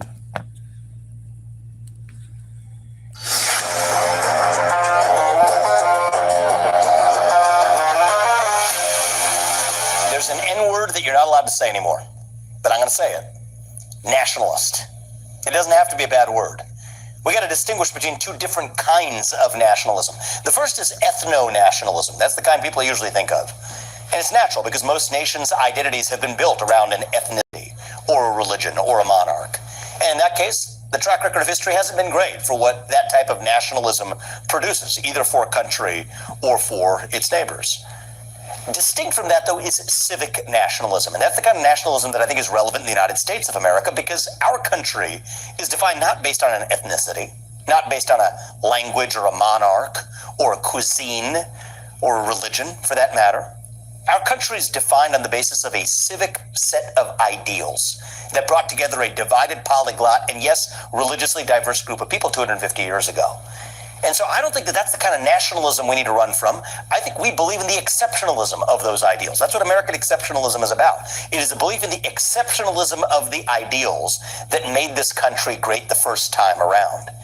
And I think we're reaching an interesting fork in the road for the future of our conservative movement. You can leave behind the neocon, interventionist, surveillance state past of the conservative movement, but let's talk about where we're headed.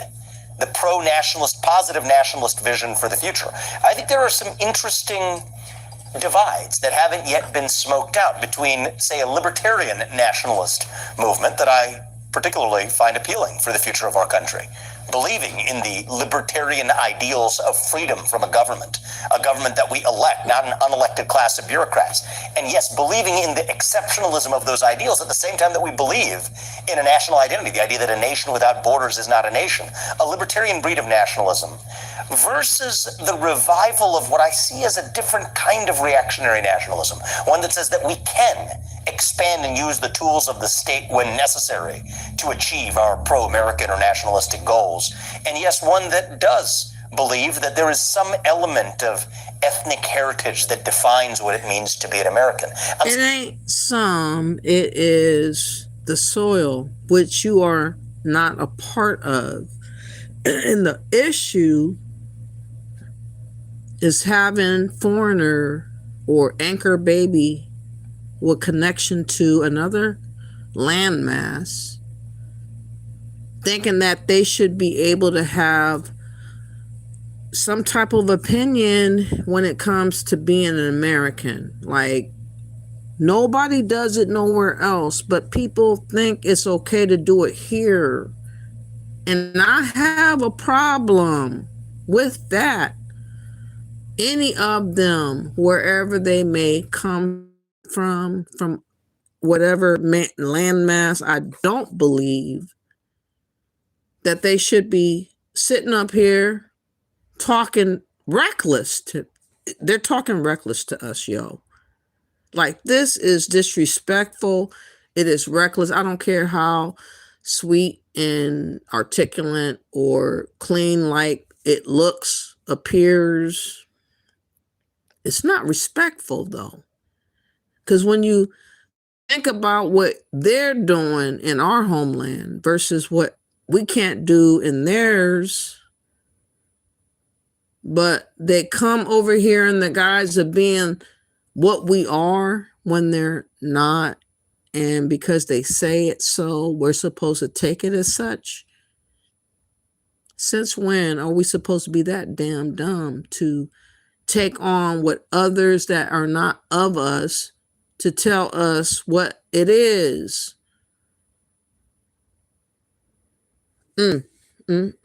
Sympathetic to that view, though I disagree with it.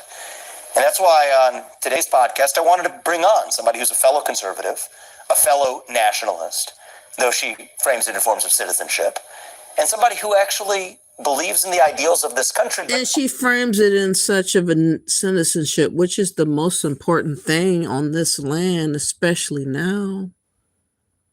Citizenship is the most important thing in 2026 coming up. Citizenship, legitimacy of the land that you live on. If you're not legitimately of the soil, you're not comfortable coming up in 2026. And he was talking this way, what year? A year ago. So he had no aware that Trump was coming. He did not know that Trump was coming. And he's talking this talk in front of a white woman named Ann Coulter. Talking this talk. He's asserting America and Americans can be a ideology. It can be, education of what it is to be American, which is bogus. To assume someone can just memorize a few lines here and there as being American, we're dumb to go that route. Under no circumstance should memorizing a date or a circumstance or a war or whatever it may be as being the reason in which you are determined to be an American as being the American. No, you memorize a test. You are not of the soil. You're not of the history. You're not of the blood. You're not of the fight. You're not of the plight. You are an outsider. But he creeps in with the bullshit. On whom I think we still have some disagreements about the role that ethnicity plays in grounding the identity of the United States of America. Somebody I've been curious about, following, haven't met in person yet, but we're going to bring her on the podcast today. That's Ann Coulter. Nationalism. It's a touchy word. You're not supposed to say the N-word anymore, but I'll say it. Nationalism. I don't think it has to be a bad word, not in the American context. But there's two kinds of nationalism that I think we need to distinguish between. Historically, nationalism has been associated with ethno-nationalism. Why is that? Most nations are founded on the existence of a single ethnicity, at least as the backdrop of that nation's identity, a culture, a religious set of institutions, maybe a religion itself as a state religion, a monarch. These are the things that have historically grounded the identity of a nation. Well, nationalism refers to the idea of effectively viewing the exceptionalism of your nation relative to those around you and your national pride as an anchoring of your own identity. And that's led to, I would say, consequences throughout the course of human history that haven't always been great as judged by posterity. You could think about single-handed dictators for much of American history and global history that have been defined on the back of being... So you're a dictator if you believe that you have more of a stake and a claim to America than anchor babies such as him, or illegals, or immigrants. He is trying to get us to believe that we are out there. We're extreme to think that America is ours to claim first, when he's not of the soil. He has not contributed anything to America like that. He was accused of fraud, which I'll go through another day, and made a name for himself, but he's not of the soil, and he's not the same as someone that has been here and has everything to lose if America goes down. He has somewhere else to go if America went down. Thus, he's not the same. But they are coming in the guise, because they speak a certain way, to be the same as us. And some dumb birds, whether they're white or black or whatever, will side with him because it sounds good. But again, it's not in the writing of the truth on the wall. Let's get to this a little bit more. Nationalist. Well, I don't think that that's necessarily the definition that needs to apply in the American context of civic nationalism. The beautiful thing about America is that we're not a country defined on the basis of necessarily a single cuisine or a single ethnicity or a single religion, but we're a nation defined on a single set of ideals that brought together a divided polyglot and, yes, even religiously diverse group of people 250 years ago. And so I think that's what's at stake in the context of being an American nationalist. But you weren't there 200 years ago. You don't know what that means. You don't know what that took. And yet you're inserting yourself as if what happened a long time ago is irrelevant to now because you showed up. And he's dangerous, in my opinion. Very, very slick and sly and dangerous. This was a year ago before Trump is doing what he's doing now. But Ann Coulter is about to let him know what it is. And how she talked is how I feel. I'm not on the side of someone that just got here. I'm sorry. Whoever you are, wherever you come from around the globe, 150 plus nations, whoever and however it is that you got here, anchored here, I don't look at you as the same as American born and generational. I don't. And y'all should not, if you are American, if you look at them as the same as us, you're asking for problems. It's just whether or not you're committed to those civic ideals. That's a different question from being an ethno-nationalist. Now, I do think that there are many now in our conservative movement, as we look to the future of a conservative movement that puts aside the historical neocon baggage of interventionist foreign policy and a domestic surveillance state, put that to the past. I think we're headed to a future where we still have to define what the different branches of a pro-nationalist conservative vision are here in the United States. I see the emergence of a strain that's skeptical of civic nationalism. I believe that civic... A strain is what he called us. A strain? This fool sat up here and called us a strain. Whew. Man, we're in a bad position.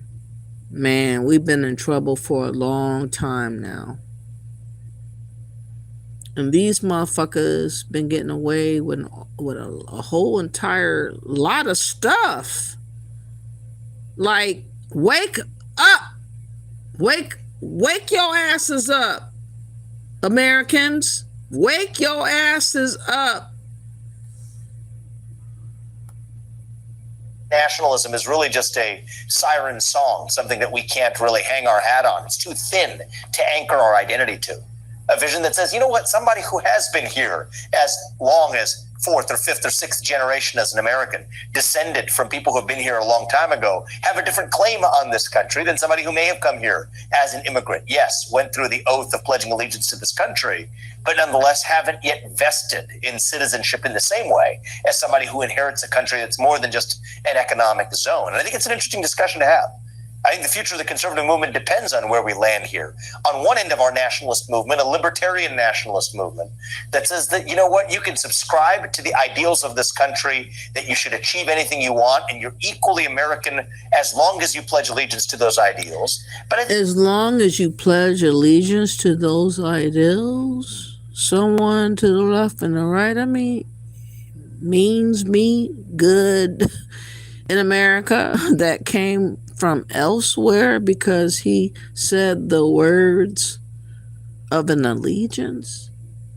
Are we playing this game with these clowns? Are y'all gonna be susceptible to being that foolish? Can y'all let me know in the chat room that you raised your hand and you're gonna be foolish for this bitch made nigga right here, whom I don't have no respect for because he's a liar and there ain't no truth in him? There ain't no truth in him.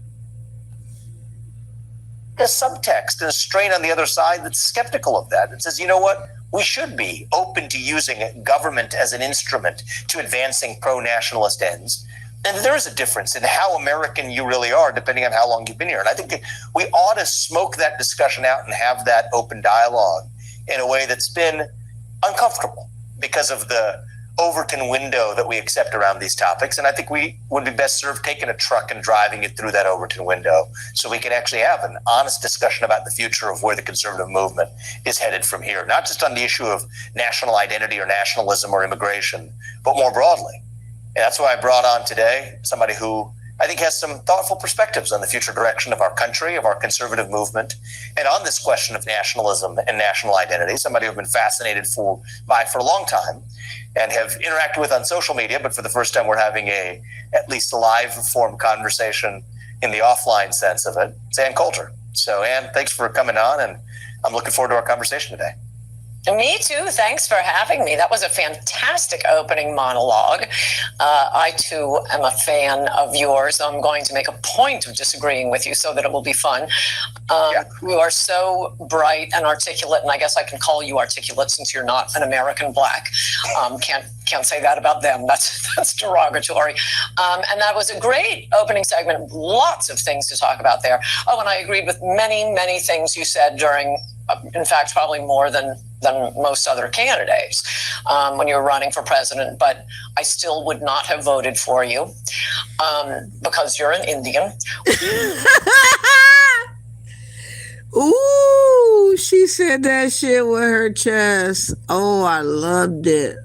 And look how he looking. He trying to look like it didn't affect him at all. And his heart is breaking. In his heart, he thought he said the right words to tingle Ann Coulter's ears, and yet she was not falling for the okie doke, as we should not. None of us, any American, should fall for the okie doke of any anchor baby or immigrant or alien to tell us that they understand what we believe and we think on and we going through. They don't know. They don't care. They're here to take.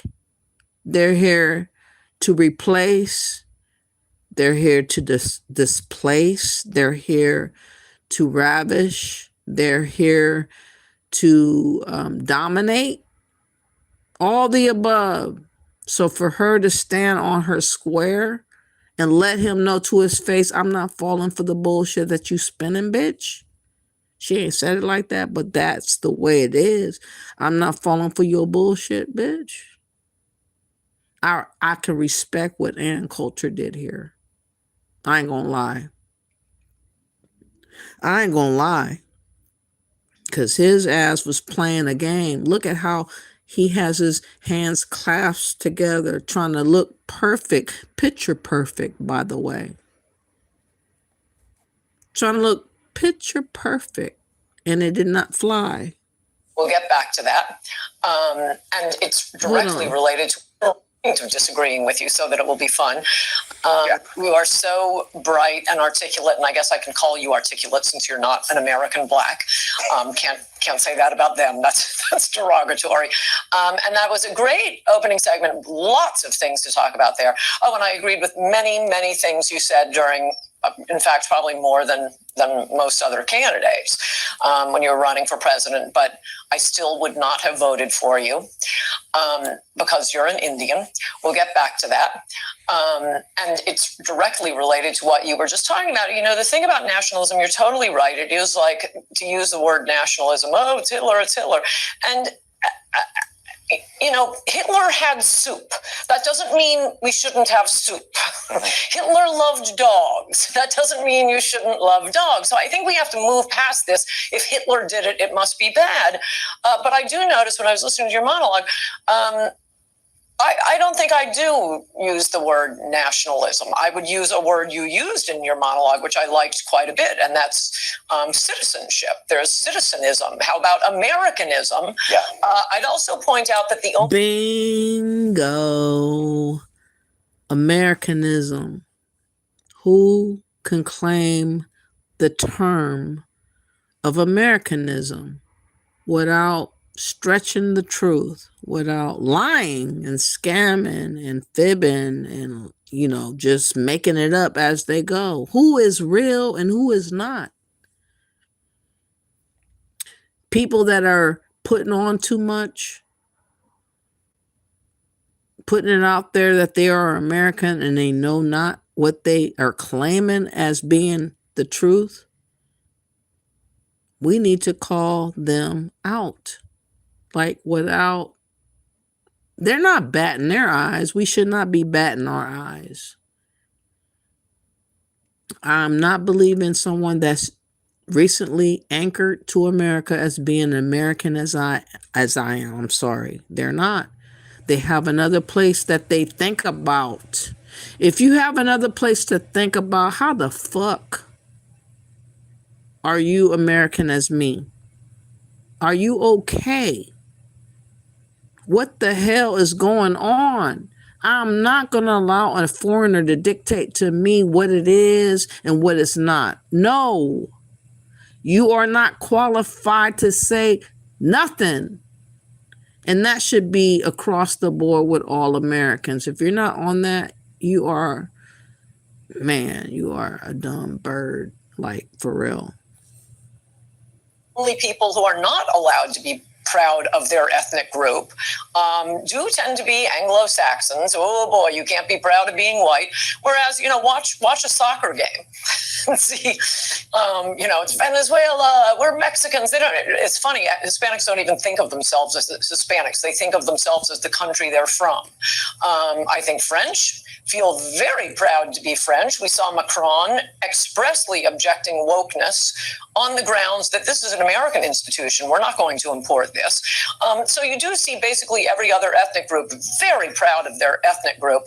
And the thing I'd say about America, okay, no single cuisine, but you can get Chinese food and Mexican food in Paris and Tokyo. Food has definitely migrated across countries. There is a core national identity that is the identity of the WASP. And that doesn't mean we can't take anyone else in, a Sri Lankan or a Japanese or an Indian. But the core around which the nation's values are formed is the WASP. We've never had a president who didn't have at least partial English ancestry. Never. We've only had one Catholic president. There was only one Catholic signatory to the Declaration of Independence. They were all not only Protestants, but pretty much Presbyterian. King George referred to the American Revolution as that Presbyterian War. So there is a lot in the freedom thing. Samuel Huntington of Harvard has written about this in a fantastic book I recommend to everyone, Who Are We? And he describes how, back in colonial times, interestingly enough, for example, Jews could vote, but Catholics couldn't because people thought they would be more loyal to Rome once they became more American Catholic and less Roman Catholic. Then they were just, part of us and part of Americans. But you do notice, and he describes why so many countries that have not done very well are dominated by Catholicism.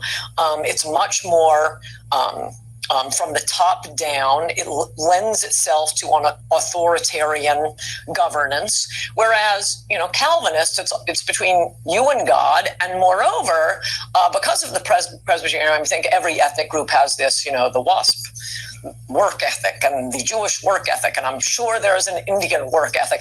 But specifically with Presbyterians or Protestants, let me put it that way, and the Calvinism, even though it might not be theologically true, but the idea that you are part of the chosen and you prove that by being successful, it's almost the reverse in Catholic countries, not so much this country because American Catholics have basically become Protestants. And that is this worship of being poor, as if you are closer to God because you're poor. That's not the way to create a on-the-go developing country.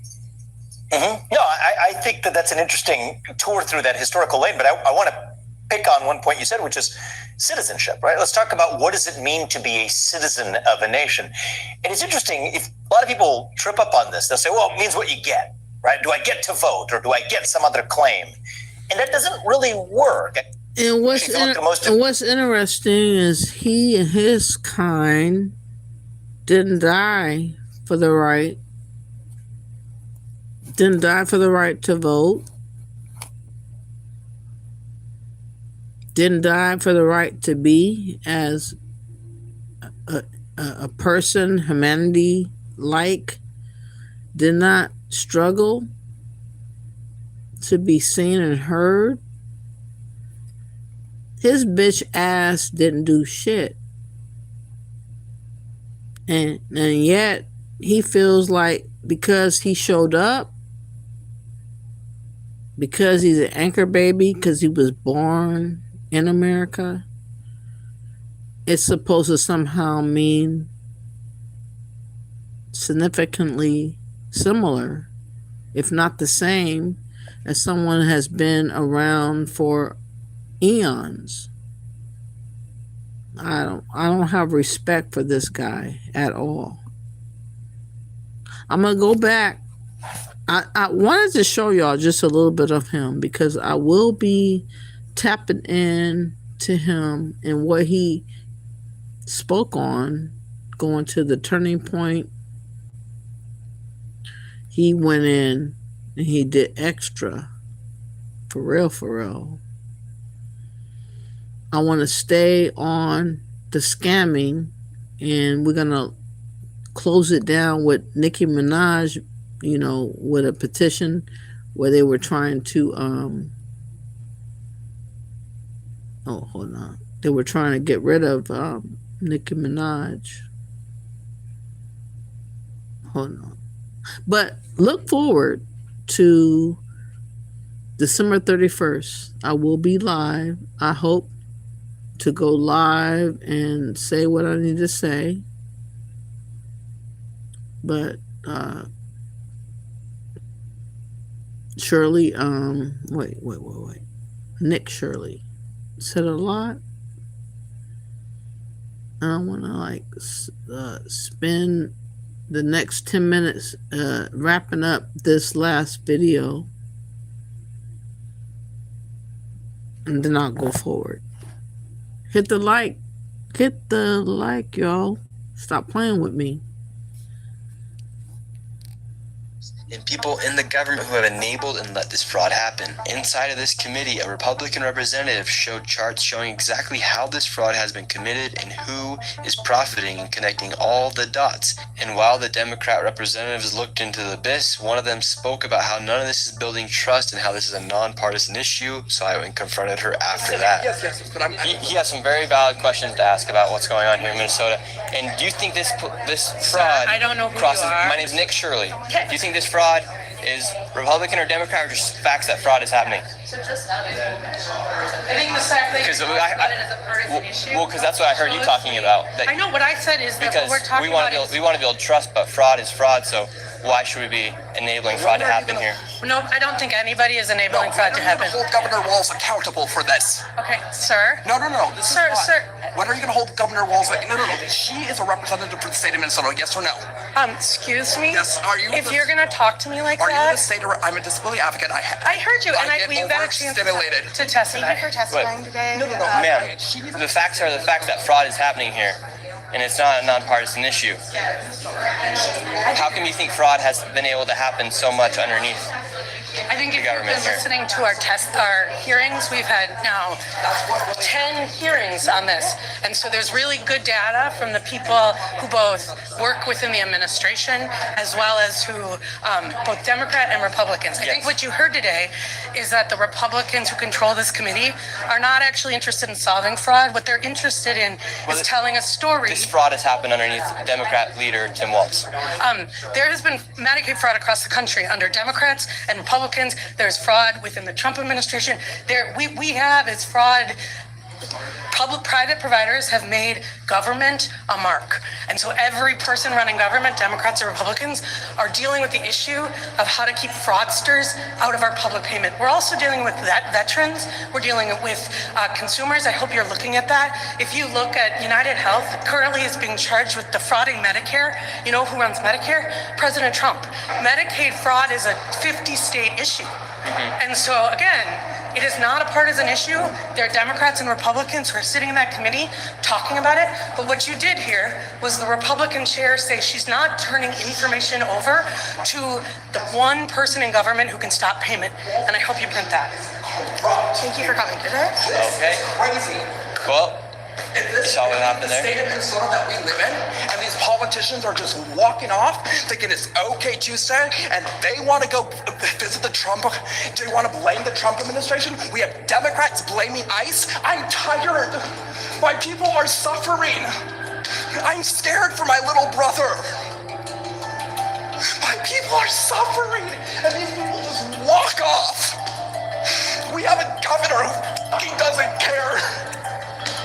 This dude, oh my God. Who the fuck is this, yo?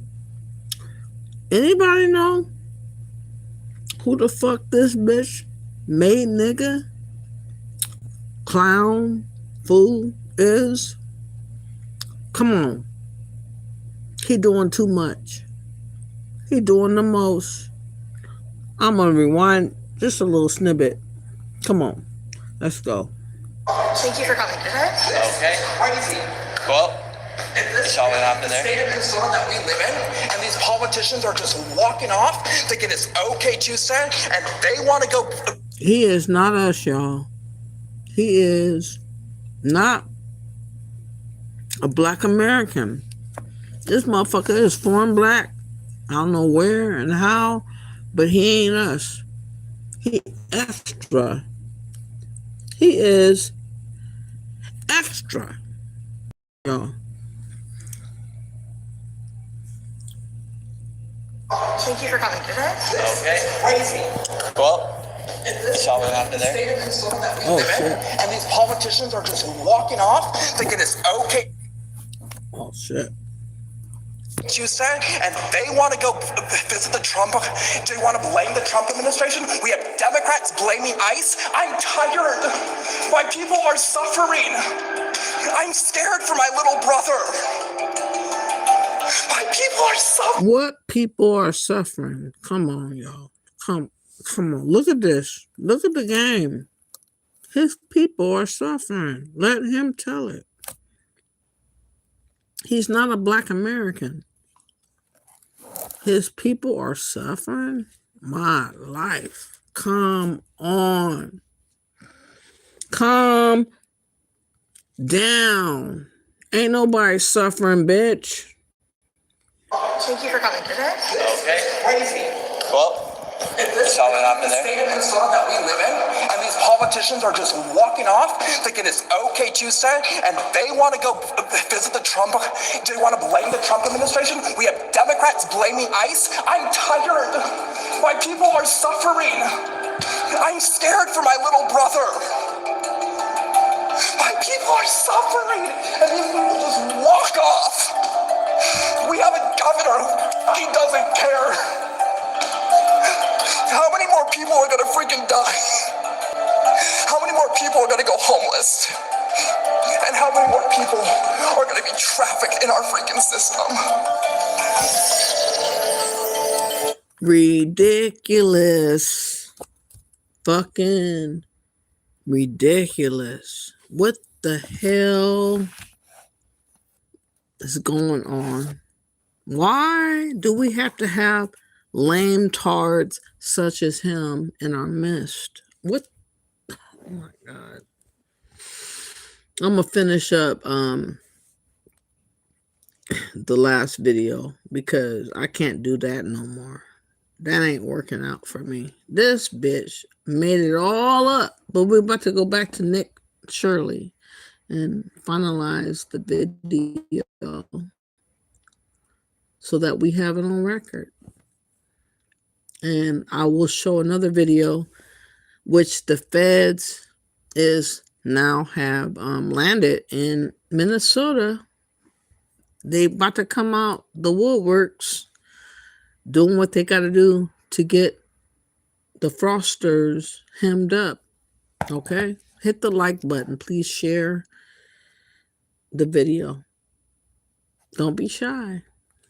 And we headed to the state capitol where they're having a meeting about the fraud to confront the state representatives and people in the government who have enabled and let this fraud happen. Inside of this committee, a Republican representative showed charts showing exactly how this fraud has been committed and who is profiting and connecting all the dots. And while the Democrat representatives looked into the abyss, one of them spoke about how none of this is building trust and how this is a nonpartisan issue, so I went and confronted her after that. Yes, but He has some very valid questions to ask about what's going on here in Minnesota. And do you think this fraud I don't know who crosses? you are. My name is Nick Shirley. Do you think this fraud is Republican or Democrat, or just facts that fraud is happening? So just I think the fact that Because it is a partisan issue. well, because that's what I heard you talking about. I know what I said is that Because what we're talking we want about to build trust, but fraud is fraud. So why should we be enabling fraud to happen here? No, I don't think anybody is enabling fraud to happen. Hold Governor Walz accountable for this. Okay, sir. No. This Sir, is not. sir. When are you going to hold Governor Walz? No. She is a representative for the state of Minnesota. Yes or no? Excuse me. Yes. Are you? If you're going to talk to me like Are you going that, to say to her, I'm a disability advocate? I heard you, and we've actually stimulated to testify. Thank you for testifying today. No. Ma'am, the facts are the facts that fraud is happening here, and it's not a nonpartisan issue. I looked a lot different.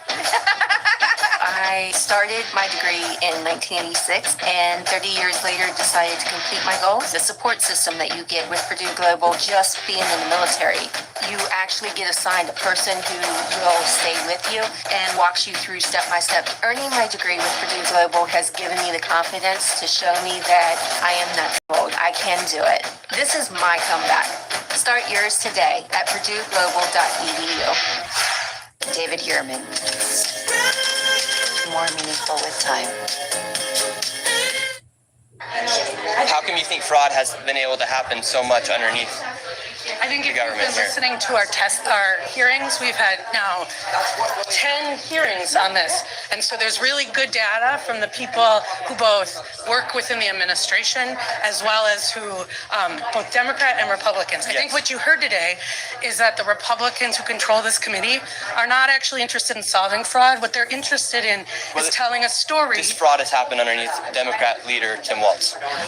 There has been Medicaid fraud across the country under Democrats and Republicans. There's fraud within the Trump administration. We have is fraud. Public-private providers have made government a mark. And so every person running government, Democrats or Republicans, are dealing with the issue of how to keep fraudsters out of our public payment. We're also dealing with veterans. We're dealing with consumers. I hope you're looking at that. If you look at United Health, currently is being charged with defrauding Medicare. You know who runs Medicare? President Trump. Medicaid fraud is a 50-state issue. And so, again, it is not a partisan issue. There are Democrats and Republicans who are sitting in that committee talking about it. But what you did here was the Republican chair say she's not turning information over to the one person in government who can stop payment. And I hope you print that. Thank you for coming today. Okay. Crazy. Well, saw what happened there. The state of Minnesota that we live in, and these politicians are just walking off, thinking it's okay Tuesday, and they want to go visit the Trump. They want to blame the Trump administration. We have Democrats blaming ICE. I'm tired. My people are suffering. I'm scared for my little brother. My people are suffering, and these people just walk off. We have a governor who fucking doesn't care. How many more people are gonna freaking die? How many more people are gonna go homeless? And how many more people? Fake. Oh my God, I can't go on. Oh my God. He hijacked to be all extra. Lying. Alrighty then. All right. So we went through the whole gamut. Minnesota Somalis scamming and lying and getting away with a open check by the Democrat to take over and lie and do the most. I'm gonna play one more video in regards to that, and we're gonna move on to Nicki Minaj petition to be deported. But I gotta play one more video before I go. Let me find my video. If you guys have not yet, please hit that like button. Please stop hating. I understand that people don't want to support the truth, but come on, y'all. Especially if you're American. Stop playing with me. Stop bullshitting. All right? Let's do the right thing. I'm gonna find that video first. Hold on. We got a lot of stuff going on.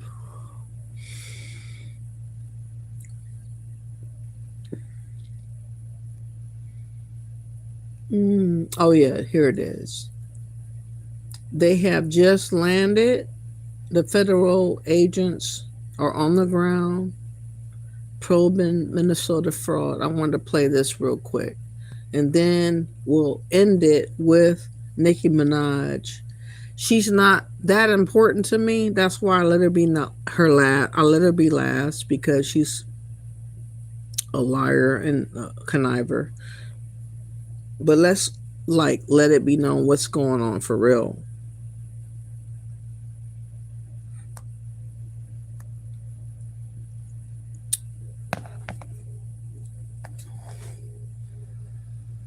Security investigators on the ground in Christy Nome posting video of Homeland Security investigators on the ground in Minneapolis, saying they are, quote, conducting a massive investigation on childcare and other rampant fraud. Their investigation following a viral video that now has nearly 114 million views on X, where independent journalist Nick Shirley appears to show daycares and other businesses that received millions in state funds with no kids inside. Correspondent Garrett Kenny is live with more.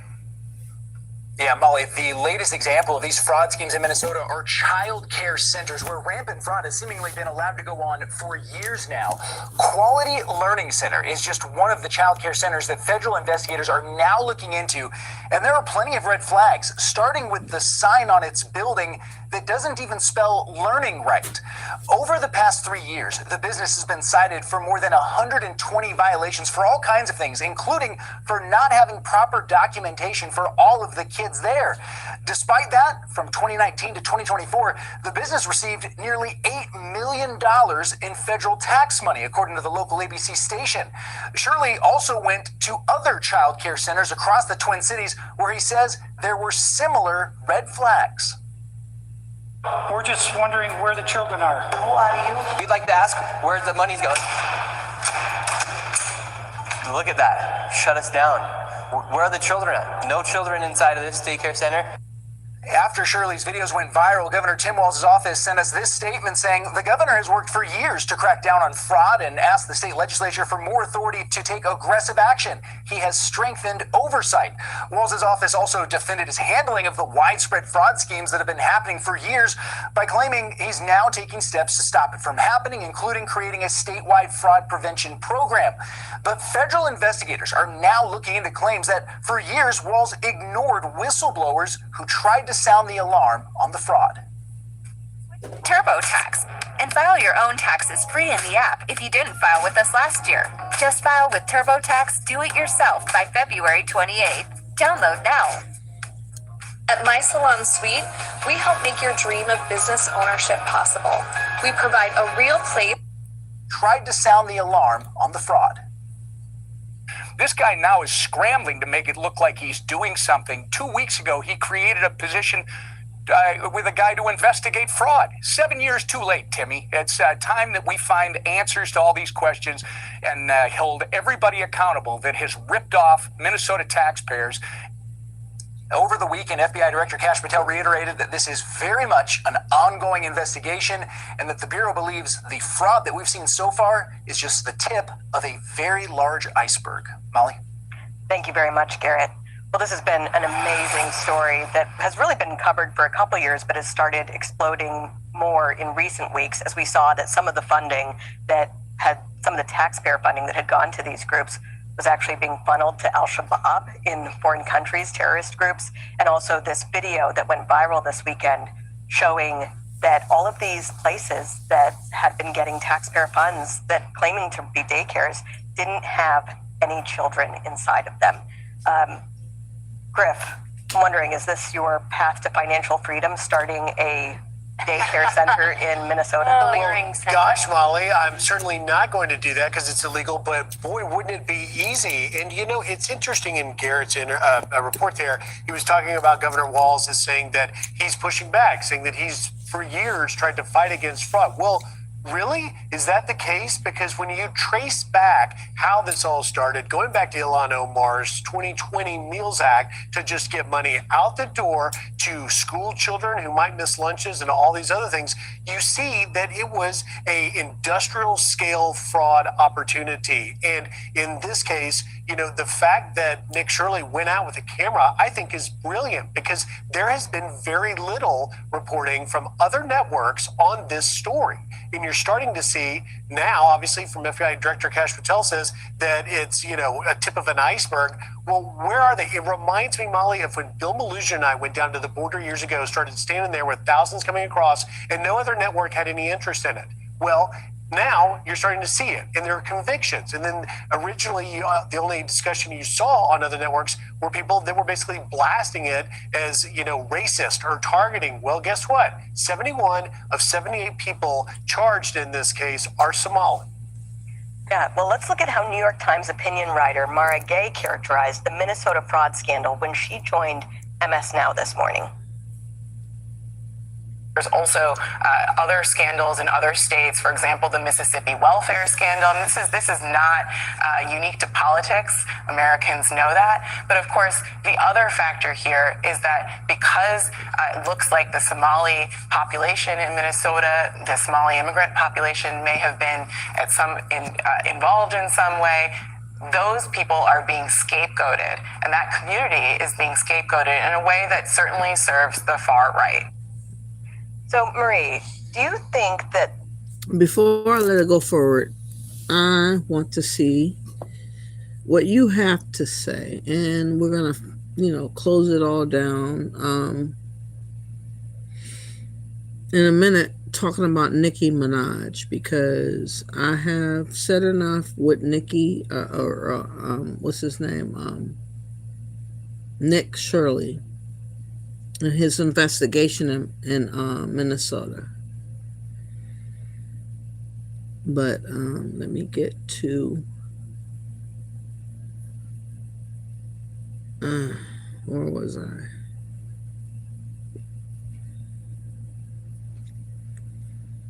And Coulter. Let's see.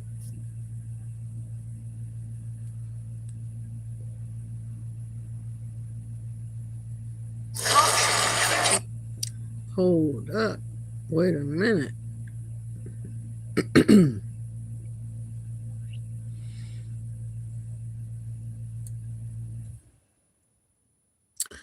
Okay, I showed the whole entirety of the Minnesota fraud.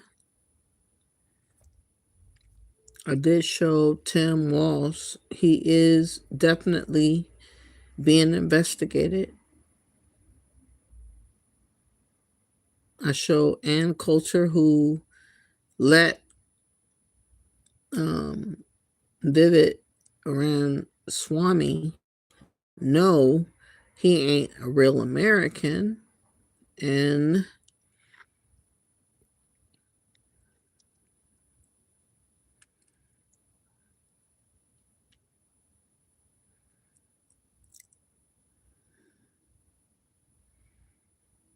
it's a lot of stuff. A lot of stuff, y'all. Let me hold up. Please hit the like button. People don't want this truth coming out. We all are to be dumbed down. Let them tell it.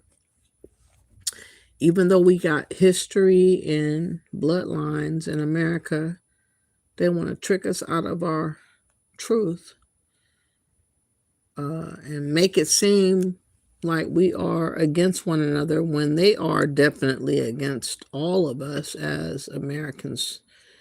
And they want to capitalize off of us not being like of this soil. It's best to unify with Americans, whoever they are, y'all. Like, stop tripping. We have to go against the foreign powers that be. And if you don't, you want what is happening against us to happen. Like, I'm so sick of this. And I want everybody that has half a brain to help us out, like, for real. Like, this has got to stop. I can't find the video I'm looking for. So I'm going to switch now to Nicki Minaj. Because Nicki Minaj... Oh, that's not the right video. She's been called out on her shenanigans.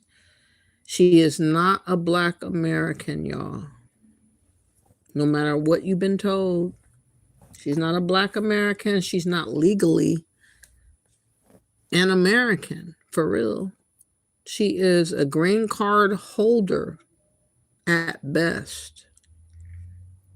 And she's been running around with Turning Point, Erica, Kurt, and others to assume this advantage of getting a citizenship of America when she is not.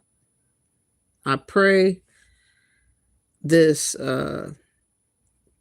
petition to get rid of her will get the attention of Trump, and he will do what needs to be done because she's not real in her fakeness to pretend to be an American and be down for the cause of our survival as Americans. She is want to be used temporarily to get advantage over us. And I don't like what she's pulling, you know. I don't like the game she's playing. For real. Okay. I'm looking for the video right now. All right. Hold up. Calm down. People playing.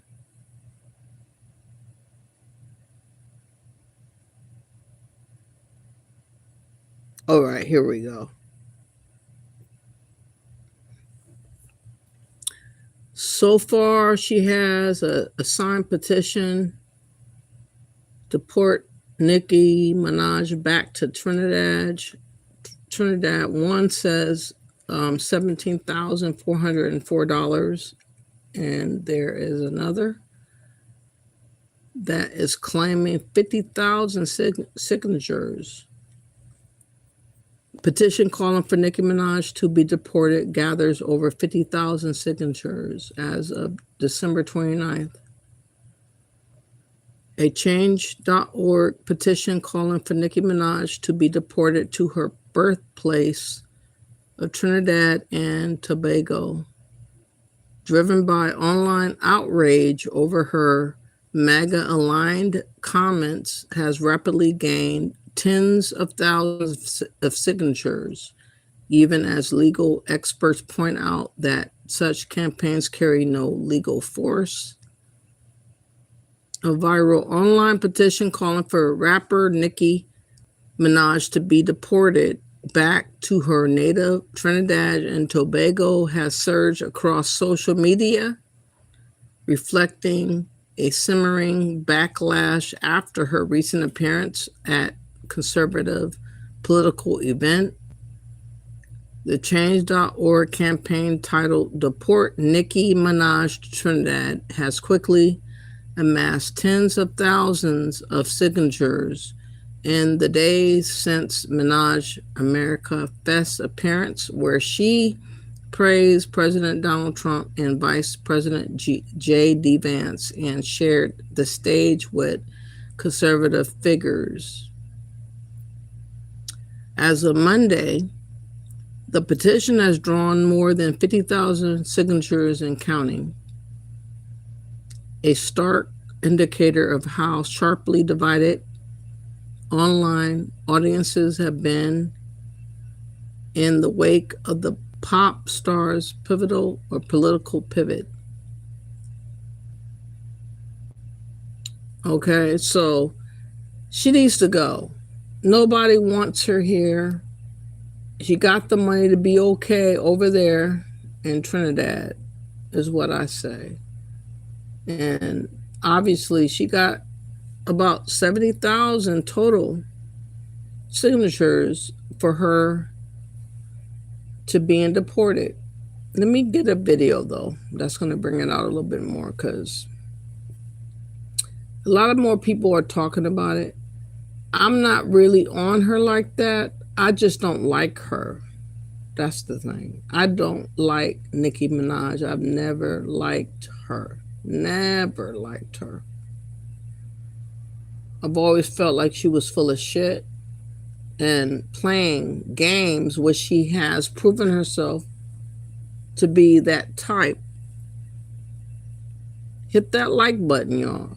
Please share, subscribe to the channel. I will be back, by the way, for those that don't know, on not tomorrow, but the day next after tomorrow, 31st, on to the new year. So I'll be live like 7 o'clock California time,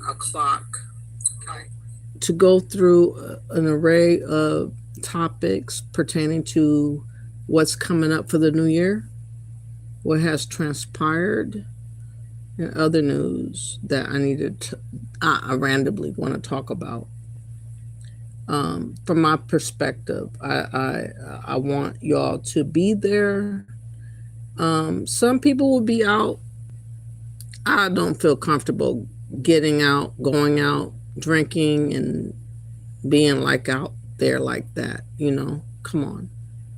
So if you want to spend time and go through what's happening in real time in America and what will transpire in 2026, you might want to stick around and evaluate what I'm understanding, what we're going through, and support. Support, please. Oh, hold on.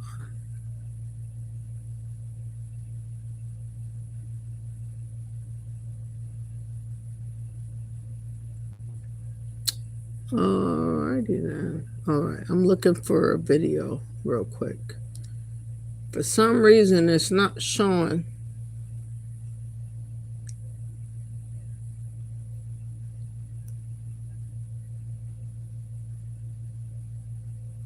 It's a lot of videos, though. Ain't nothing but the devil.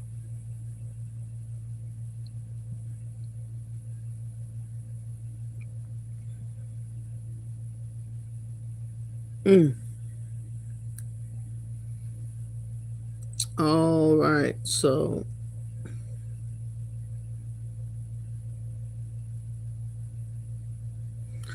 new animal welfare laws take effect in California January 1st. What does that mean? I just saw something new. An abandoned dog sits in a kennel at Oakland Animal Services on the Thursday of April of 2024. Oakland, California. The city animal center or shelter has been seen a surge in pets surrendered by tenants who can't find rentals that allow pets. A bill in California wants to make more rental housing available to tenants with pets. New laws will take effect New Year across the Golden State, including 5 bills sponsored by the San Diego Humane Society that aim to improve animal welfare and veterinarian care. 3 laws going into effect on Thursday at the start of the new year are aimed at puppy mills and predatory pet sales. Assembly Bill 519 bans any entity that generates money from the sale of animals bred by another party from doing business in California.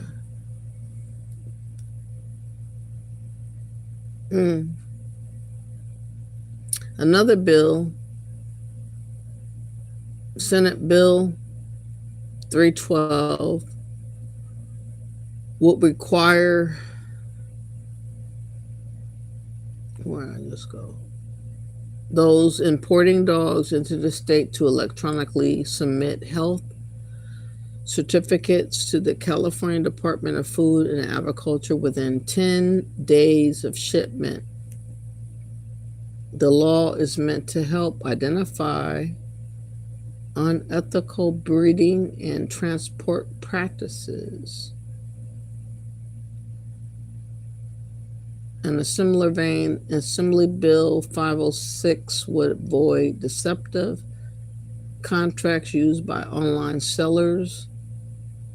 This is aimed at strengthening consumer protections.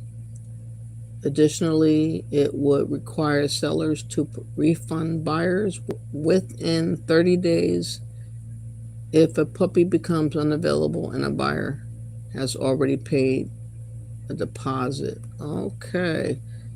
A lot of stuff. But more than a pet, I hope. This situation in Minnesota, these illegals and anchor babies will be getting the business, is what I hope. I'm sick and tired of people playing in the background, playing dumb, and thinking we all gotta like get along with being dumb together. Like, no, we not doing that coming up in 2026. Like, whatever others did before and playing dumb and being played, it's over. It's flat out over. But to conclude, because I've been on for a while and I don't want to be on much longer, and I'm trying to get this video that I can't get, which is ironic because I had the video up earlier. But Nicki Minaj has a petition written against her as far as the fact that she is not legally an American. She is not born as American, nor does she has her nationalization to being an American. She is a green card holder. She went on to Turning Point and faked the funk and told the whole entire audience of the Turning Point that she was an American like President Trump, which she is not. Somehow, I believe she is a little bit fearful of what's coming up in 2026, which caused her to respond in such a way that is not cool. But she is allowing herself to be a mascot for Trump and J.D. Vance and the Republican Party Turning Point, or MAGA, to be utilized for them because in her mind, she wants to get the green light to continue her facade as being an American in the midst of the lie of she's not, and she is called out by a lot of fans of hers and a lot of people that don't care for her. A lot of people don't care for her. I don't care for her. I'm glad people are on her bumper calling her out because she's been faking the funk like she's legitimately somebody, and she's not. Hold on, where'd I go?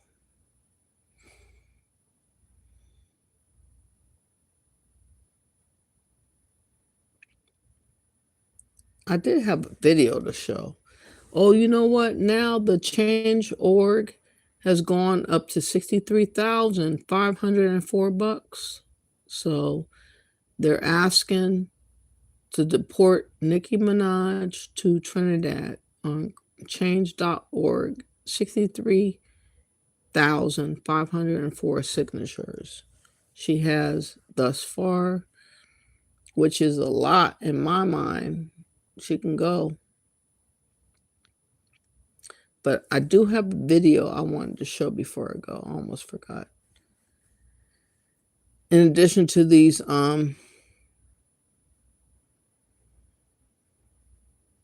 signatures, she has videos also talking about her.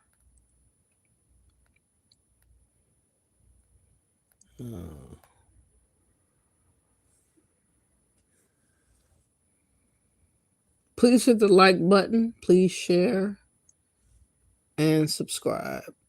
Deportation. Okay, hold on.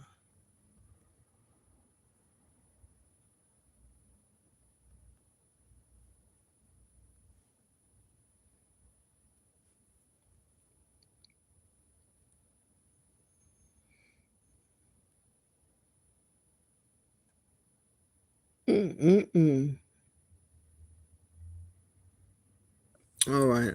I can't find that video, but there's other videos that are kind of turning up suddenly.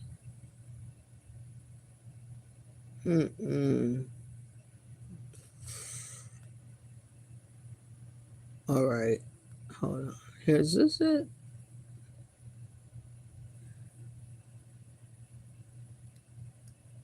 Yes, so they can make a difference at the core of a portfolio.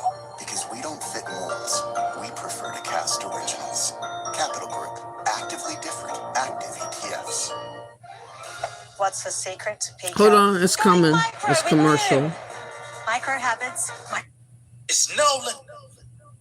Now, before we get started, make sure y'all hitting that like button. It seems like a lot of people. No, that ain't it. Oh my God. That was not the right video.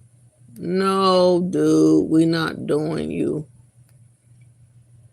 All right, I'm gonna pick another random video. 24/7. Spread the word.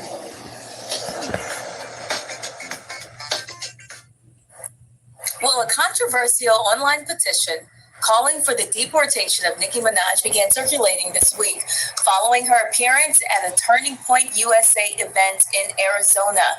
The utmost respect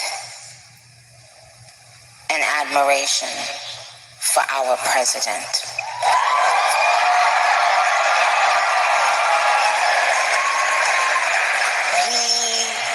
He has, I don't know if he even knows this, but he's given so many people hope that there's a chance to beat the bad guys and to win and to do it with your head held high and your integrity intact. He's from Queens, New York, like me. So, but what it's shown me personally is sometimes, you know, even in the worst feeling times in your life, you think that you're never going to come back from it. But you do. And our president shows that. He's been through every single thing a person could be through publicly. Having to constantly be lied on. It's not really that funny. Until you are in that person's shoes that's being lied on, you'll never understand what it feels like. That person is a human being. They have a family who has to read those lies. And that's not, and it's just not fair. Well, the petition to have her deported has gathered nearly 51,500 signatures at last check, and it calls out her behavior, including that she has harassed members of the Carter family, claims. Also, supporters argue that deporting Minaj to Trinidad would protect the public and, quote, send a clear message against harassment and support of criminal activity, and it will not be tolerated here in the United States. I would like to bring in the panel so they can discuss this. Yolanda Jones, let's start with you. What are your thoughts when you hear Nicki Minaj on stage? So first of all, I don't take Nicki Minaj seriously when she talks about her expertise. The first word she used that triggered me when it was related to Trump is integrity. The man has no integrity. So how the hell you think that Trump has integrity? I'm not listening to anything else you say, right? And don't tell me that we should feel sorry for a billionaire who has had every advantage, who's a white man, who hates everything that we are and you are specifically. And oh, while we're at it, Charlie Kirk didn't like you either. And to literally try to make him into some kind of hero, like, unacceptable. And since she supports everything he's doing, which he's literally deporting people who are not criminals, he is literally deporting people who are U.S. citizens. He's literally deporting those people. Then what's good for what Trump is doing? But he's deporting people that are not citizens, which she did not dare mention. And this banshee does not represent Black Americans. A lot of people get in contact with the Democratic Party, Roland Martin, Jasmine Crockett, and other Democrats, whoever they are. They are obviously shills to Democrats, and they say bogus bullshit based on that because they sold out, and they don't give a damn about Black Americans. She does not represent Black Americans just because she has a black face. If she's not saying the right stuff to be said, she's not a real representative of us. We know that illegals and immigrants galore does not bless us as Black Americans. They don't. It's not we all in this together bullshit talk.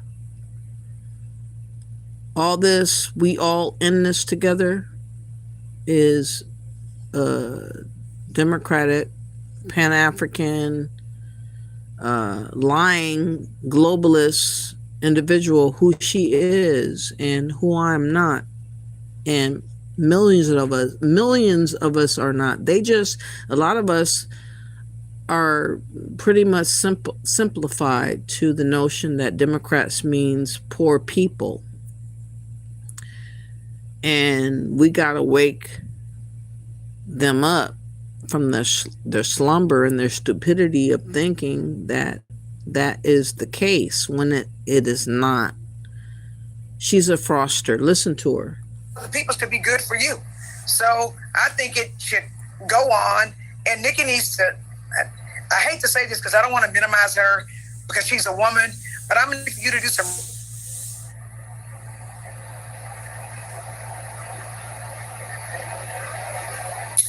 Oh, I think we lost you there for a second. What was that last thing you said? On purpose, they lost her, though. Peep game, y'all. The fact that people are starting to cancel you, you need to think about what you're saying, because at the end of the day, there are people that people are starting to cancel you. You need to think about what you're saying, because at the end of the day, there are people that literally are attacked for doing nothing but breathing. And they don't have the resources that Donald Trump has to defend themselves. And so I don't have a problem with the petition. You started it, Nicki Minaj, so maybe you are going FAFO. Yolanda, tell me this. She didn't make no sense one way or the other. They just are Democratic shills that are like trying to figure out how they can fit in, and they're not fitting in at all. They're all shills to the Democrats, period. Like, please know the difference. Please understand that many Black Americans are not on the level of being a Democrat. I know we have been, but a lot of us are waking up, especially now. Hopefully they'll get my videos and see the truth of the Democrats and how they are fraudulent, how they are manipulative, and they use our struggle against us for other people. literally immigrants and aliens, they use our struggle for them over us. Like, that's where we are, y'all. Can a petition like this realistically lead to a deportation? So, as a practical matter, we have seen how Trump favors who he favors, how he's, made life easier for Ghislaine Maxwell, and how his spokesperson's godson's mother ended up not being deported. So I don't think it's going to go anywhere. But what I hope it shows to entertainers who literally have no clue what's going on, but who want to get in on it because they're trying to get likes or whatever, that you need to think long, you need to think hard about serious topics before you opine on them. Because we see how uninformed and how flat out dumb you are. But to the extent I bought any Nicki Minaj records, I believe you hit people like that in the pocketbooks. So she ain't got to worry about me ever buying anything she ever writes. I don't care if it's something that I might like, because the only way to make rich people pay attention is to hit them in the pocketbooks. And that's what I think we need to do to Nicki Minaj. The deportation petition can go, but we need to stop buying her records. And Dr. Walker, what message is Nicki sending by standing with Trump? Yeah, this is really messy. Let's just call it what it is. So look, there's a couple things here. I think this is a disturbing trend as it relates to hip hop, which at its center is supposed to be anti-establishment. Ice Cube, 50 Cent, I could keep going. So relating to this particular issue and the petition, listen, Nicki Minaj and some of the other rappers that I talked about, they just don't have the background. They're not subject matter experts, but what they do is they have platforms that impact millions of people. So it's really concerning about what she's had to say, and because she's not informed. I do want to say that I worry about petitions like this because I love and respect Black women, and I worry about anti-Blackness, and that this could lead to more troubling issues as it relates to we see some of the issues in terms of the Black diaspora and African Americans. There ain't no such thing as a Black diaspora. This bitch made nigga is confusing us from who he claims to be, which is Pan-African. I'm not a part of that philosophy of thought. I don't believe I'm beholden to Africa. I'm not bowing down to Africa. His ass technically ain't, because he's here in America, but yet he speaks this effeminate way of thought, giving his ass over to Africans like a dumb bird and a bitch made individual that I don't respect, unfortunately. But listen to him some more. Or Afro-Caribbean, or from the continent or other places where there are Black folks, is I worry about where this dialogue leads. So, but obviously she's not qualified to have this conversation and offer an opinion. Lastly, and you are not either, and nobody else is. Every other melanated group of individuals, global, tend to care only about their own kind. We're the only ones that have been tricked into believing that Blackness means including everyone anywhere. And you look dumb and you sound dumber. And this is why a lot of Black women don't respect these types of men, because they're effeminate and they're worthless to the cause of elevating us in the midst of chaos and ridiculousness. He can't represent me. The fuck? He is a clown. He is clueless. He's trying to talk about Blackness universally, and you can't do that today. You can't do that ever again, because it doesn't apply. It's only a term or thought process to manipulate us all into believing one way when it's not that way for them. And I'm sick and tired of people being able to play us like that, like for real. Because we have dumb birds that have went to college and they got a little bit of education on things that don't matter today. And they act as if it matters now. And that's why we are stuck. And this is why we got to get rid of these types of individuals and anyone else that does not make sense today, moving forward, especially in 2026. We got to know the truth and stand on it. We have to stop and block people that are against us, whoever they are, regardless if they're melanated or not. But we got clowns such as him and others that think about blackness universally as being the answer when you are a sitting duck, pretty much a sitting duck.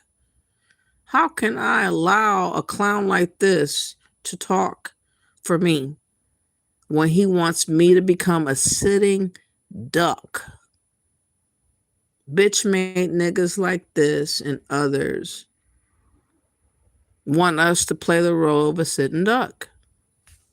Ridiculous. And she needs to be very careful because once these folks are done with you, they will discard you.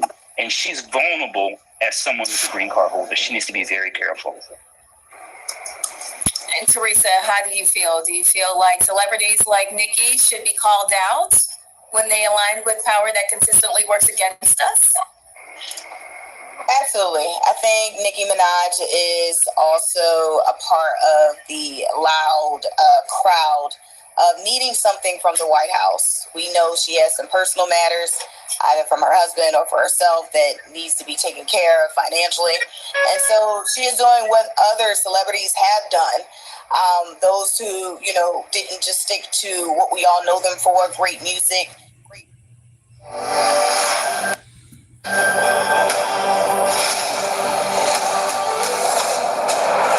There's no term. Just stick to what we all know them for, great music, great artistry, but it comes to the point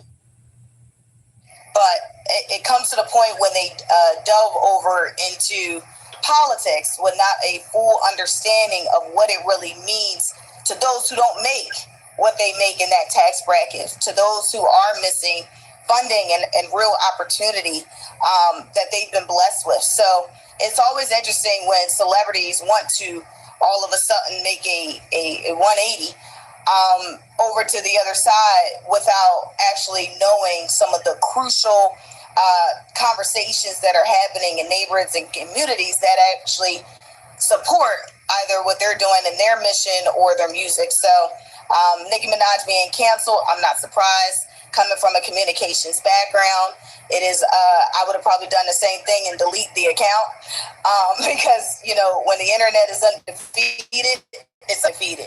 But I think Nicki Minaj and her team also knew when they took that grand stage with Erica Kirk what the message was really going to send. So good luck to her, and I can't wait to watch. Pretty sad, I would say. All of them don't represent us as a whole. They leave in room for a traitor to be a traitor against us. I don't have respect for Nicki Minaj. I think she should go somewhere and sit her ass down and shut the hell up. She babbling all over the place. These people that I just showed are irrelevant to our plight and fight. They are shills to the Democrats. They're bought and sold already. And fuck them. Like, for real. 20 Tawa says naturally prejudiced. Okay. Trump Bunny says, did y'all see the story about the bank? No. Or the story about addictive AI needing someone to fix vulnerabilities to hackers. Crazy everywhere. No, I haven't heard that. Shorty says hi, how are you? Pinky says those buildings that those businesses are in belong to other Somalis. Wow. If Somalia is worse, Send them home, no jail. I think they should touch down on jail so that they don't think that what they did is nothing but a chicken wing. Like, they need to be reminded that what they did wasn't cool. Piggy says if Somalia is worse, send them home, no jail. And also, was it this channel I seen Muslim anchor babies saying they would fight against America if there was war with Iran? I'm not sure. Shorty says it makes me sick to think that they didn't want to support our nation's veterans, but they got money to give them. Exactly, Shorty. They got all this money for them, but when it comes to Americans, they don't know nothing about it. You also said after that movie Black Hawk Down, I don't know how they got in here. Pinky says, is that a social media rumor that they're trying to discredit him? It won't work. Shorty says, yeah, one of them, some of the ladies was on there saying that that's why. Was he asking about where the children were going to twist in Spanish? I'm not quite sure what you mean. Spin. Pinky says, wow. Trump Bunny says, I could talk to you for hours too, hun. And Shorty says, they can't even speak English. Trump Bunny says, I like Vivek in a lot of ways, but he leaves that I just paid too much for a used car taste in your mouth. He's not for you, Trump Bunny. He is very predictable in a lot of ways if you pay attention. He's playing the part of a real American when he's not one.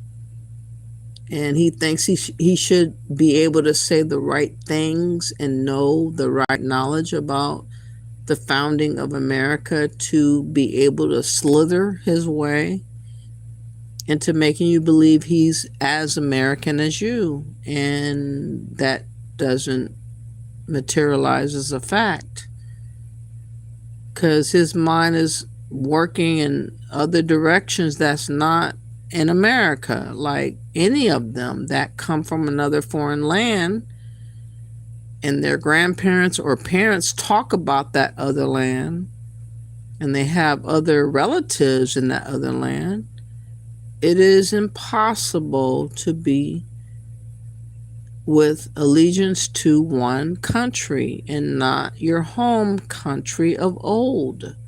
It's impossible. But they think because they talk a certain way and they look a certain way, we're supposed to just run with it and believe it. And what do I see in front of my face, though? And understand in my heart, like, we should not fall for the okie dokie of bullshit.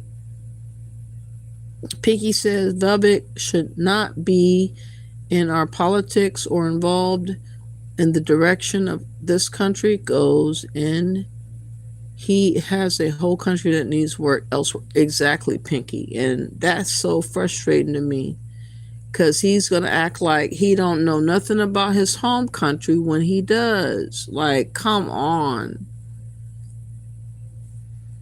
Pinky also says why these foreigners come in here trying to dictate what this country should be when they flee from countries they need structure. Exactly, Pinky. If you got complaints in our country, but you don't have complaints in where your home country's from, if you don't sit your ass down and shut the hell up, I don't think anybody that's an anchor baby, honestly,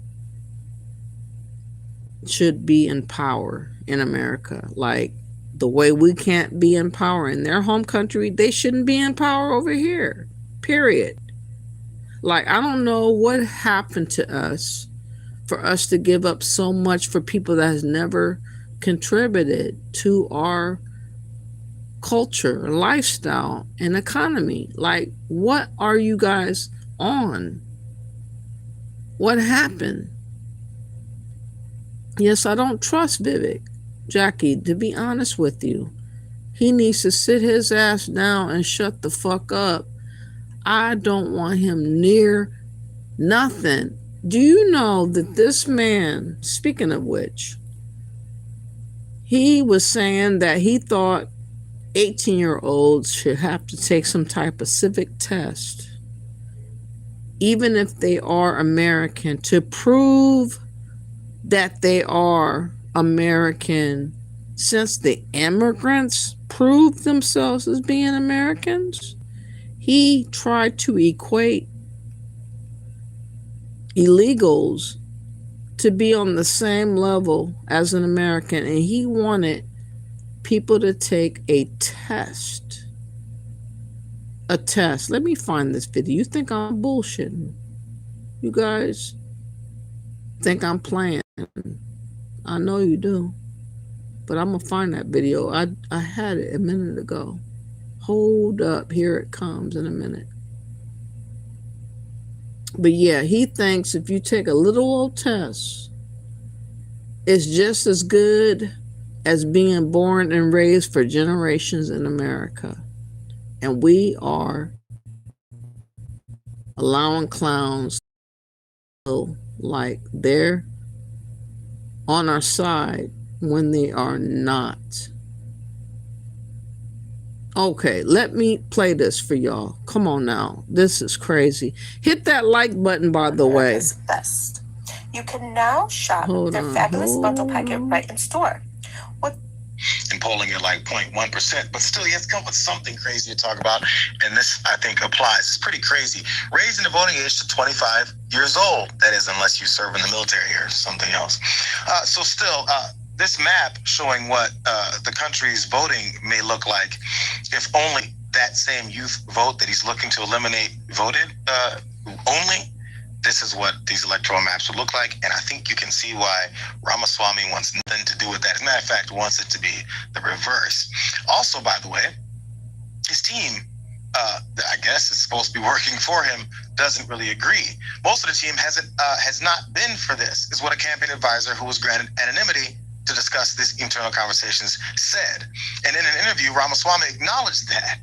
And he said there have been vehement objections from his team, but then he added, "We're doing it." And by the term "we're doing it," what he means is I'm doing it, or at least I'm going to say it. He's not doing anything because he's an idiot, but still he's running for president, so I guess he gets some level of attention, but he's not going to be able to do any of these things. He's just trying to talk and promote himself. And he also talked about the 26th Amendment, which of course doesn't allow states to discriminate against certain folks because of their age and keep them from voting strictly based off of their age once they're 18 years old, once that was put into place. So he has an answer for how we'd get around the 26th Amendment on that. Watch. Yes, so that's exactly why this has to be done by constitutional amendment. This would supersede that. And it's interesting to note that that was in 1971. Passed against the backdrop, one of the arguments for that was that if you're going to have a draft, military draft, that brings 18-year-olds in, then they ought to have the right to vote. Which actually says that this is a relatively familiar notion to us. And this is a long-standing tradition in our country, tying civic duties to the privileges of citizenship. Do you guys think Ramaswamy has done his civic duties? Yeah, this guy sucks. Okay, can we make Trump voters take a... That wasn't the video I was looking for. He outright said that 18-year-olds would have to pass a test, or if they didn't, they would not be considered in his mind like an American, because the immigrants had to take a test. So we also should be taking tests to prove our Americanness based off of the criteria of a test, which I am vehemently against. I think you are born into the notion of being American. If you don't have another allegiance to another country, you're definitely an American. You have nothing else to reference to. The only people that have something to reference to are anchor babies and illegals and immigrants. They have other places to reference to. We do not. So trying to compare us and put us in a box to control who we are when you are not that, but because you sound a certain way, some of us somehow fall for the baloney talk of what he's on. Before I go to that, because I gotta find it. I can't find that offhand. I want to play though, because what's coming up with Tim Walz, literally people are calling for him to resign because of the Minnesota fraud that's nearing $9 billion. And I'm only going to play a snippet of this video and get back to the last part. But you need to hear Tim Walz and the Democrats have been on the side of the Somalis to run amok in Minnesota. And they need to be held accountable. And Trump needs to make an example out of all of them. So, happening now in Minneapolis, the Department of Homeland Security is conducting an investigation into fraudulent Minnesota daycare and healthcare centers. This, as FBI Director Cass Patel says, the Bureau is surging resources to the state, warning the $250 million scheme could be the very tip of the iceberg. Garrett Tenney has the latest on the growing investigation. Garrett? Yeah, Lawrence, to give you a sense of how widespread this fraud might be, at least 62 child care centers in Minnesota were under investigation earlier this year before all of this blew up. This is something that has been going on for over a decade now, and it often works pretty similar to the other fraud schemes that are already being investigated in Minnesota. Daycare centers will get low-income parents to enroll their kids, give the parents some kind of kickback, and sometimes they never show up again, while the owners are charging the federal government millions of dollars a year. Independent reporter Nick Shirley put the spotlight back on this problem that's been going on for years when he tried to visit several child care centers that are under investigation, and his video went viral. Here's a small bit of that. So this is Quality Learning Center. I meant to say Quality Learning Center. Don't open up! They said they spelled learning wrong. We're just wondering where the children are. Who are you? We'd like to ask where the money's going. Look at that. Shut us down. Where are the children at? No children inside of this daycare center. Federal agents are now on the ground in Minneapolis going door to door to some of these businesses that are suspected of fraud. Federal prosecutors say the total fraud in Minnesota could ultimately be more than $9 billion. After Shirley's video went viral, Governor Tim Walz's office defended his handling of this growing scandal, telling Fox News the governor has worked for years to crack down on fraud and asked the state legislature for more authority to take aggressive action. He has strengthened oversight. They go on to say he is now taking steps to stop it from happening, including creating a statewide fraud prevention program. But state Republican lawmakers argue that Walz has had 7 years to address this and has done almost nothing, despite whistleblowers saying they have been sounding the alarm the entire time. Just this past hour, a group of those lawmakers said they are now calling on Walz to resign, even as he's currently running for re-election. Lawrence? Incredible that he continues to deny it. Garrett, thanks so much. You can tell me about this in Minnesota. Okay, so to conclude last video, I want to reiterate why anchor babies such as Vivek Ramaswamy is not for us as a collective.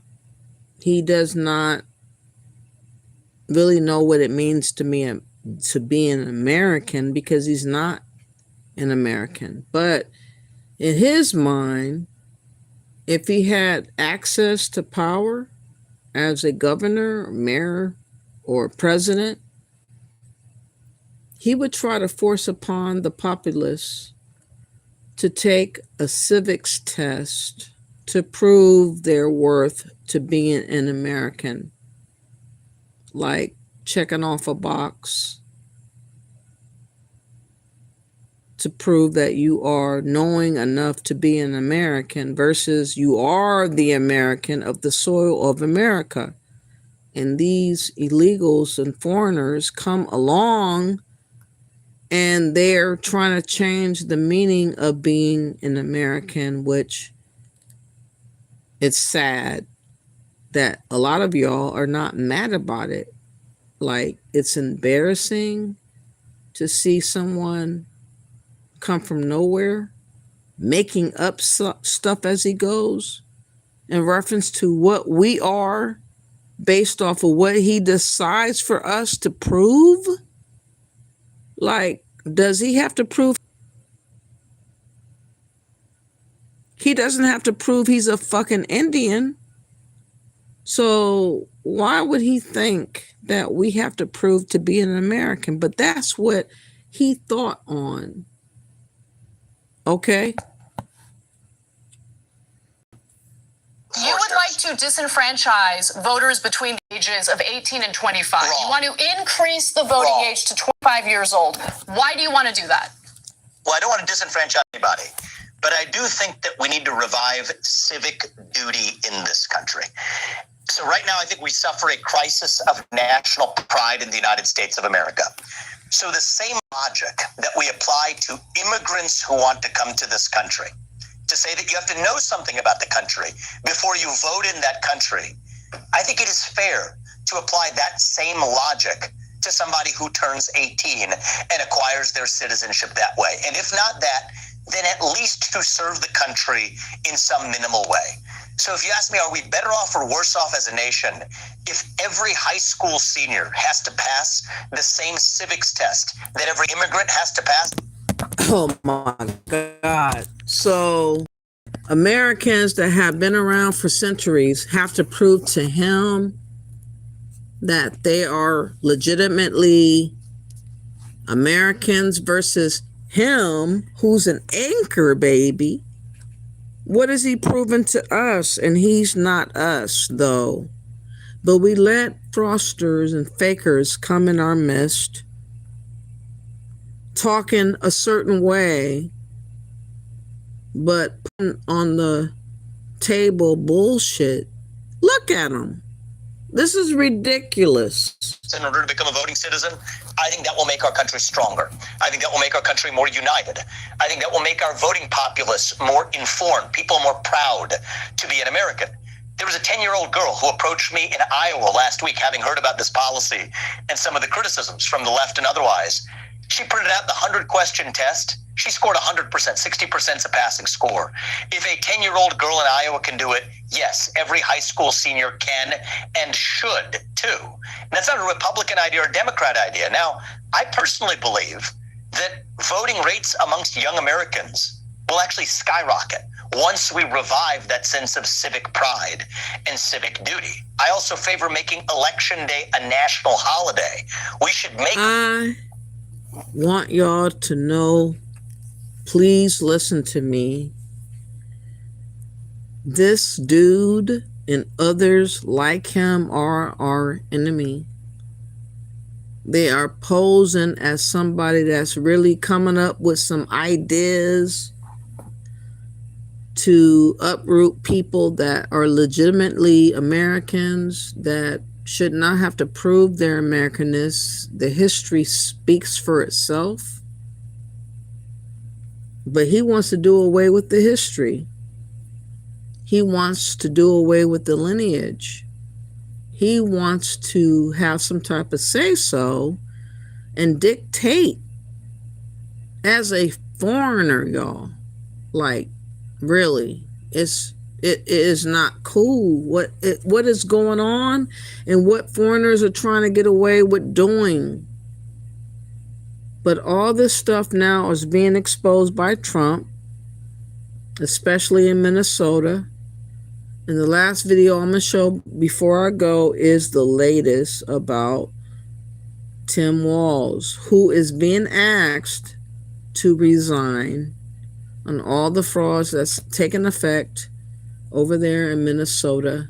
He should know better, but he don't. He is a Democratic fool. He is full of scandal. He has allowed Minnesota to be an embarrassment to an entire country of America. But listen to this. Please hit that like button. Let's go. Fraud scheme. They took all this COVID money and just wasted it. Politicians knew about it. There was no real investigation. They went after the whistleblower. It was billions and billions of dollars. Many in the Somali community and political, leaders didn't want to criticize what was going on because they didn't want to affect their community. Well, Cash Patel is taking it a step further, saying that they have found that there's another $250 million that are part of the fraud scheme. And he says that it's the tip of the iceberg. This is what he said in the full statement. Even before the public conversation escalated online, the FBI has surged personnel, investigative resources to Minnesota to dismantle the large-scale fraud schemes, exploiting federal programs. Fraud that steals from taxpayers and robs vulnerable children will remain a top priority for the FBI in Minnesota and nationwide. To the date, the FBI believes that this is just the tip of the very large iceberg. Kristi Noem posting video of Homeland Security investigators on the ground in Minneapolis, saying they are, quote, conducting a massive investigation on childcare and other rampant fraud. Their investigation following a viral video now. Okay, we got that part. How did this change? Hold on. I've got a better video. Hold on. Wait a minute. Hold on.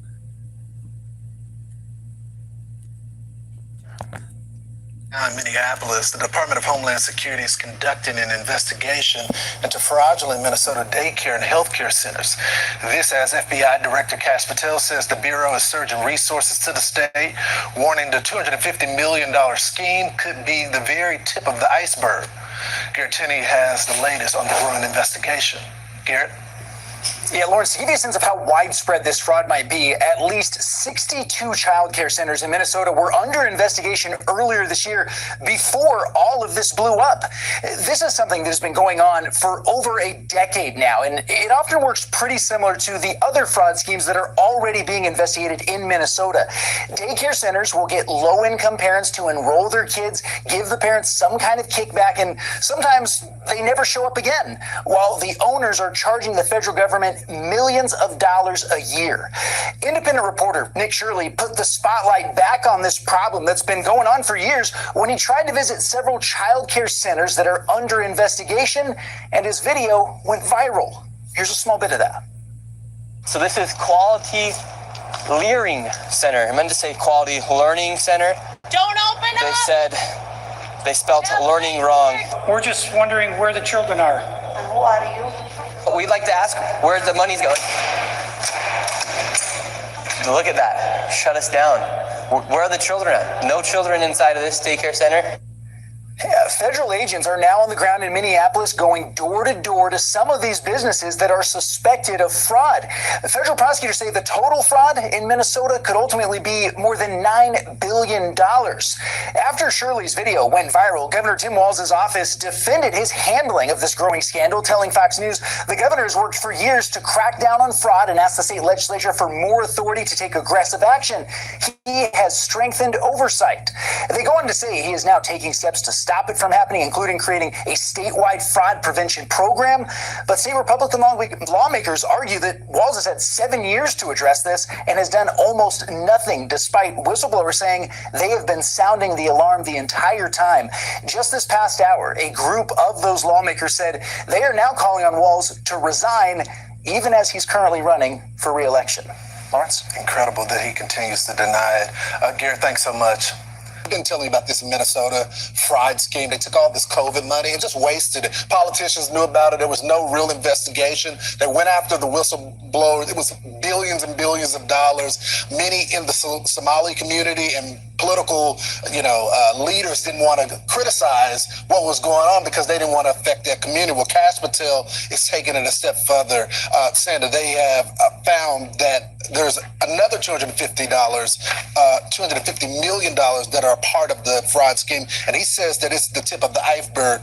This is what he said in the full statement. Even before the public conversation escalated online, the FBI had surged personnel, investigative resources to Minnesota to dismantle the large-scale fraud schemes, exploiting federal programs. Fraud that steals from taxpayers and robs vulnerable children will remain a top priority for the FBI in Minnesota and nationwide. To the date, the FBI believes that this is just the tip of the very large iceberg.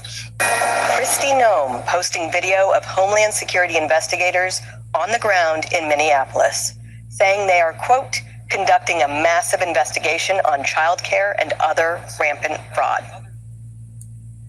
Their investigation following a viral video that now has nearly 114 million views on X, where independent journalist Nick Shirley appears to show daycares and other businesses that received millions in state funds with no kids inside. Correspondent Garrett Kenny is live with more. Yeah, Molly, the latest example of these fraud schemes in Minnesota are child care centers where rampant fraud has seemingly been allowed to go on for years now.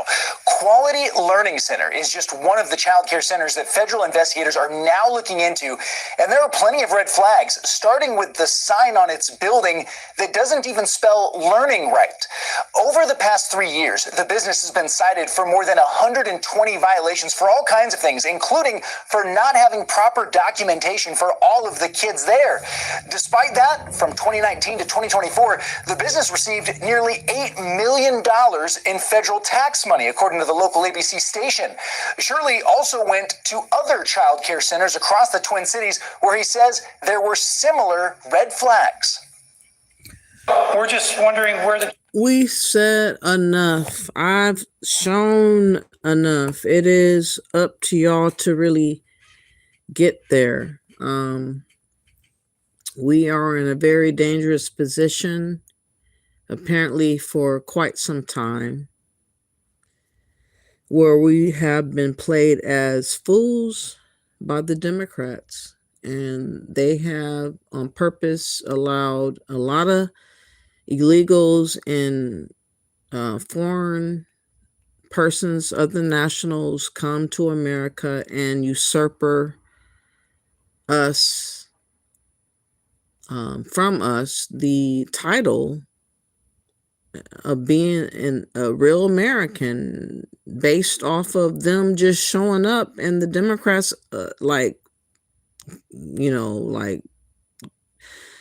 picking them as being the new American. Like literally they were designated as being included, as being so-called American based off of, them voting or being nationalized or somehow being illegal, but somehow the paperwork showing up to show that they are considered American somehow. And it has ravished us as being Americans and what we stand for as voting and, choosing our leadership and thinking about America as a whole. They have come in place of that and taken over our rights as being the people that's supposed to represent American. Now all the shit has hit the fan. Thank goodness Nick Shirley has showcased the fact that they are fraudulent and they are liars and they have been defrauding the government and lying upon what they were about.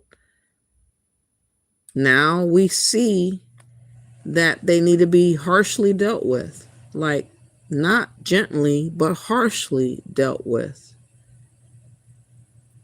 They need to be removed and they need to be deported or put in jail or both. I'm just wondering if our country is set up to be legitimately real about where we are and how they are handling traitors in our midst. That's what I want to know. Are y'all going to handle traitors in our midst? And Trump has to deal with this issue. He has to make an example out of the Somalians. It does not end simply with Minnesota, because what I've been hearing, it's also in Ohio, it's also in Maine, it might be in other places, and it might be other immigrant groups that have been let in the way that the Democrats have let the Somalis in. Like, we got to thoroughly investigate from the top to the bottom. And I believe if it's not done this upcoming month, it's going to be thereafter that there might be another governmental shutdown to really glean through all the different organizations and programs to omit these fake Americans and illegals out of our system, whether it be the healthcare or any other program that's been designated for the American people, but somehow the Democrats have allotted these illegals and fake Americans to utilize the program as well. Trump is going to do away with it all.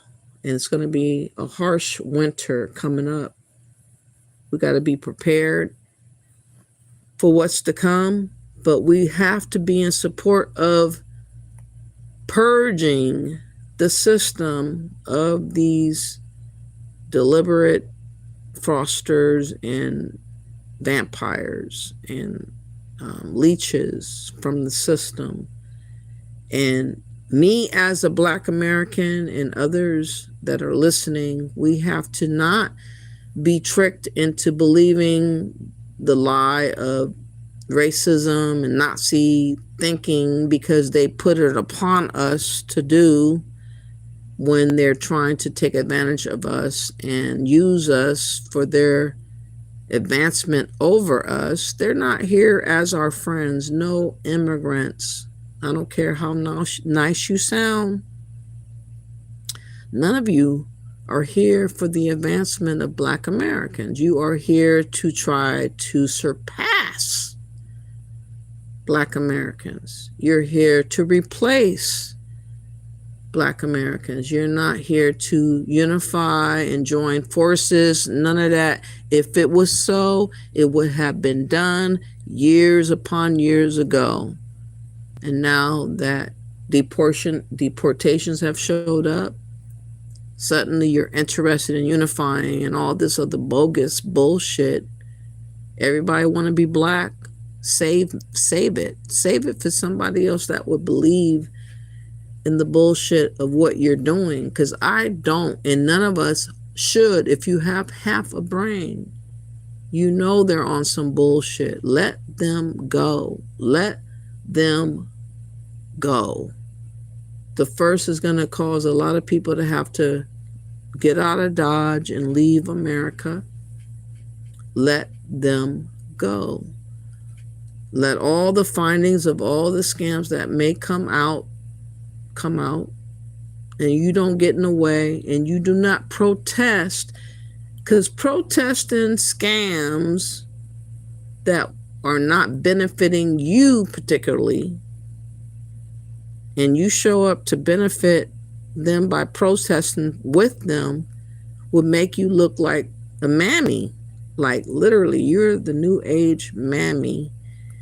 If you show up for people that don't show up for you and you are trying to be a useful fool for them, don't do it. I hope that none of us play that role as a mammy and be done dirty like that, like for real. So anyways, I've been on here long enough. I've said my piece. I will be back on the 31st to bring in the new year. We're going to go over a lot of different topics. Man, I have a lot to talk about. A lot. I'm probably going to put in 5 to 6 hours talking about an array of different topics that I think that we as Americans should be considering. And because a lot of people are putting on us being problematic to the world because we don't want to become a third or second world country, and a lot of globalists are trying to make us feel uncomfortable being who we are and who we've been against people that have invaded America or taken advantage of the system of America. Like, no, we're not doing that, okay? So coming up on the 31st, I will be back. Not tomorrow, but the next day. Sometime in the evening, not too early, but not too late. And we have a slew of stuff to consider and evaluate. I want to get everybody's opinion about how they feel about the world events that's happening at that time. Hopefully, we'll have good news moving forward about what's happening in Minnesota. Maybe Trump will come out with a big announcement about what he's doing in that regard, because it got to happen. They got to make an example out of Minnesota and any other foreign group that has manipulated and taken advantage of the system to enrich themselves over the American people. They have to be dealt with. And I hope quicker than later, like in the first part of the new year, get it out the way so we can move forward with everything else we got to do, because there's a lot that we have to clean up and reset and for real. So please hit that like button, please share and subscribe to the channel. I hope that you got something out of the video. It's a lot that was shown and said, but when you all break it down, I am a simple Black American who is trying to be involved more and speaking my mind, because a lot of other people are speaking on behalf of my people when they're not even my people, and they're pretending to have the voice of my people, which is very dangerous. And those people primarily that's setting up these people to speak on my behalf are foreigners and globalists, and they're Democrats, and they don't have the best heart for my group of people and for American as a whole. That's why I'm speaking now, to let it be known that we are not alone, and those people primarily are, hooked up to the powers that be, globalists such as George Soros and others that have an agenda against America. And hopefully Trump will handle all these enemies of America and deal with them as they need to be dealt with. And we got to do our part and point out the truth and stand by what's needed to become better than where we are right now. Okay? Like, share, subscribe to the channel, and bless up. Let me see what you guys have to say real quick before I go. I'll read a couple of comments before I go. I wasn't intending to come on, but I really wanted to talk about Minnesota. I really wanted to let it be known about Minnesota. Let me go back up just a little bit. I'll read off a couple of comments. What's up, Lady Dury? How are you? Let me go up a little bit.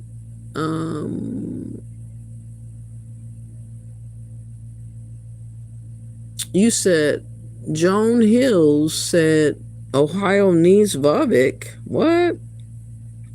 Lady Dury says, bro, shut up. I can't stand him. I know that's right. Trump Bunny says, why are there so many from the Middle East all over our government now? Though, like when did everyone forget 9/11?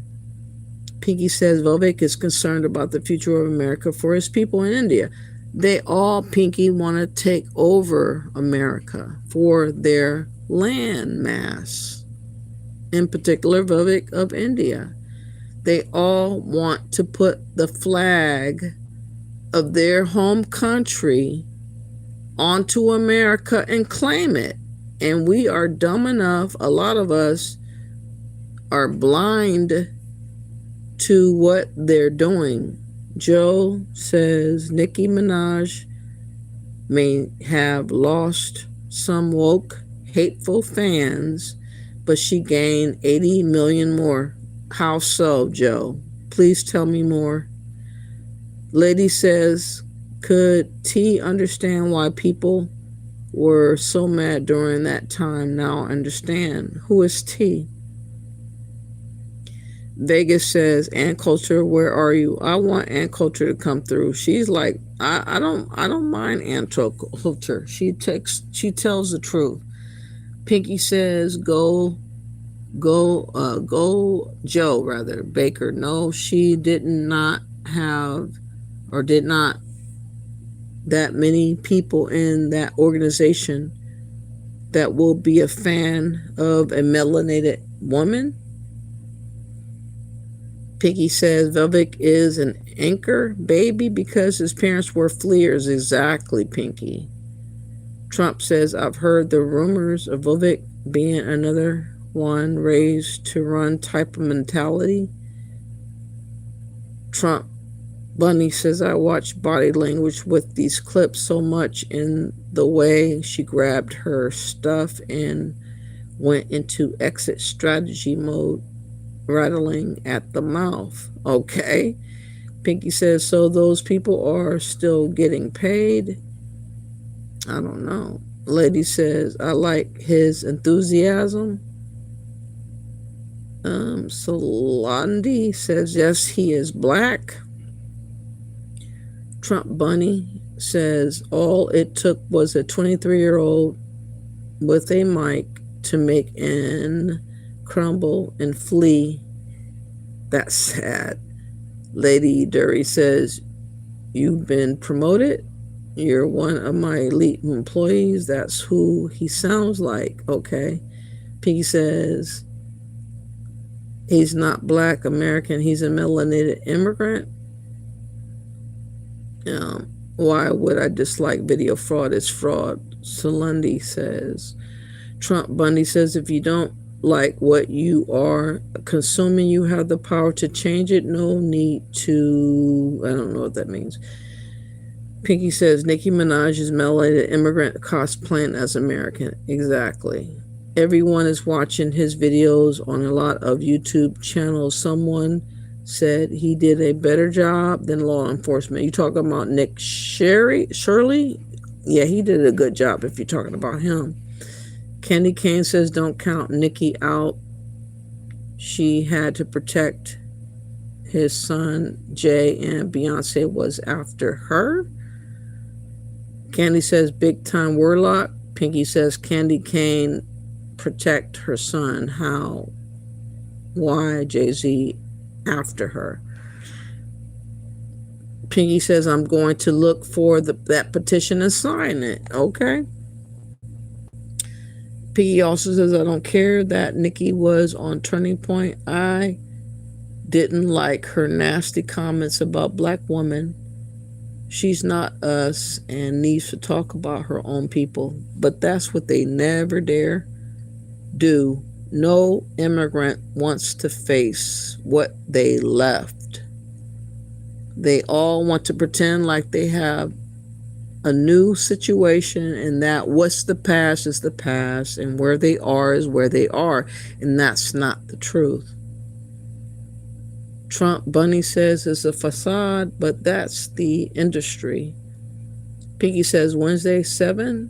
If I was a landlord, I wouldn't want pets in my rental unit. Okay.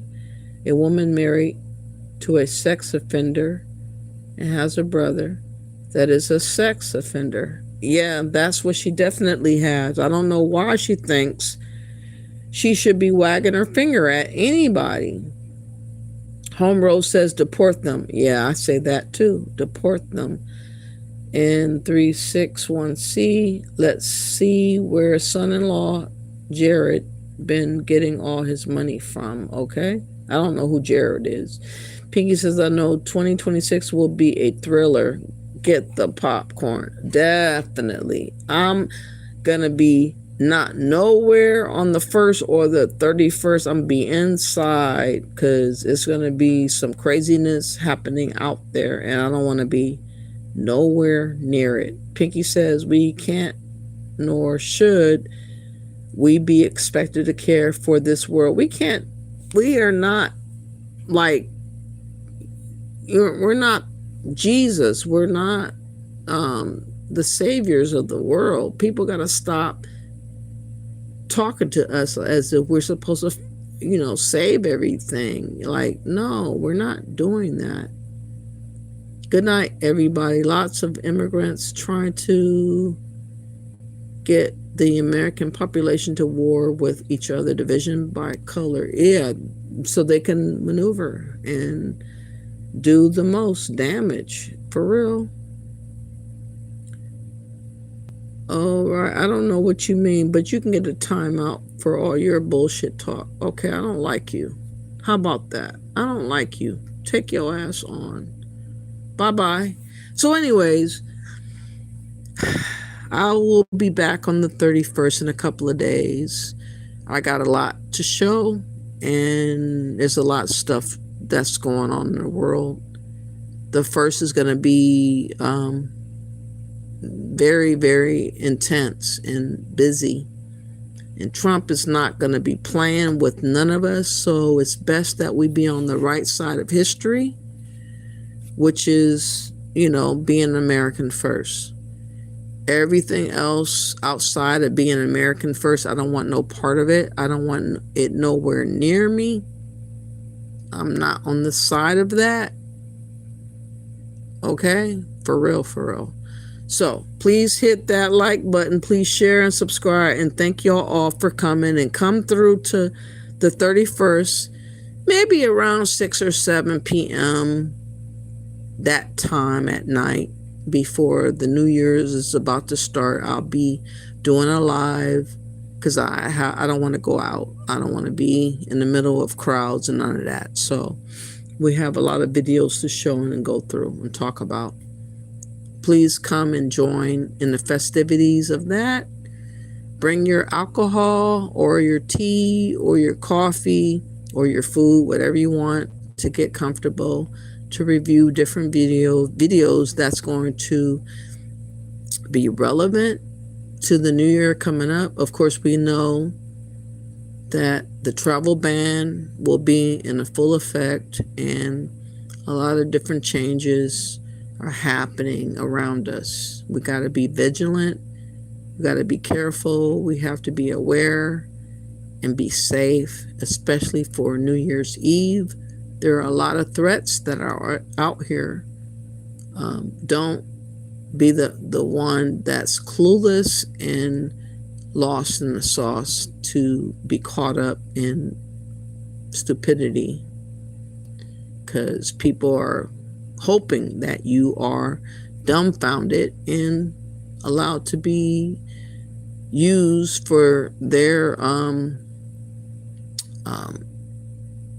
just to be seen, I guess, to showcase you or whatever in their way. Anyways, thank y'all all for being here. I appreciate everybody that has supported and hit the like button.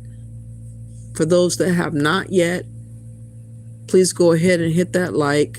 Please share and subscribe. I will be back on the 31st. Please check me out. Please subscribe to the channel so that you know when I come live, so that you can come on and give your opinion, or at least see what's being shown so that we can understand what's happening in real time. Thank you all for being here. Bless up.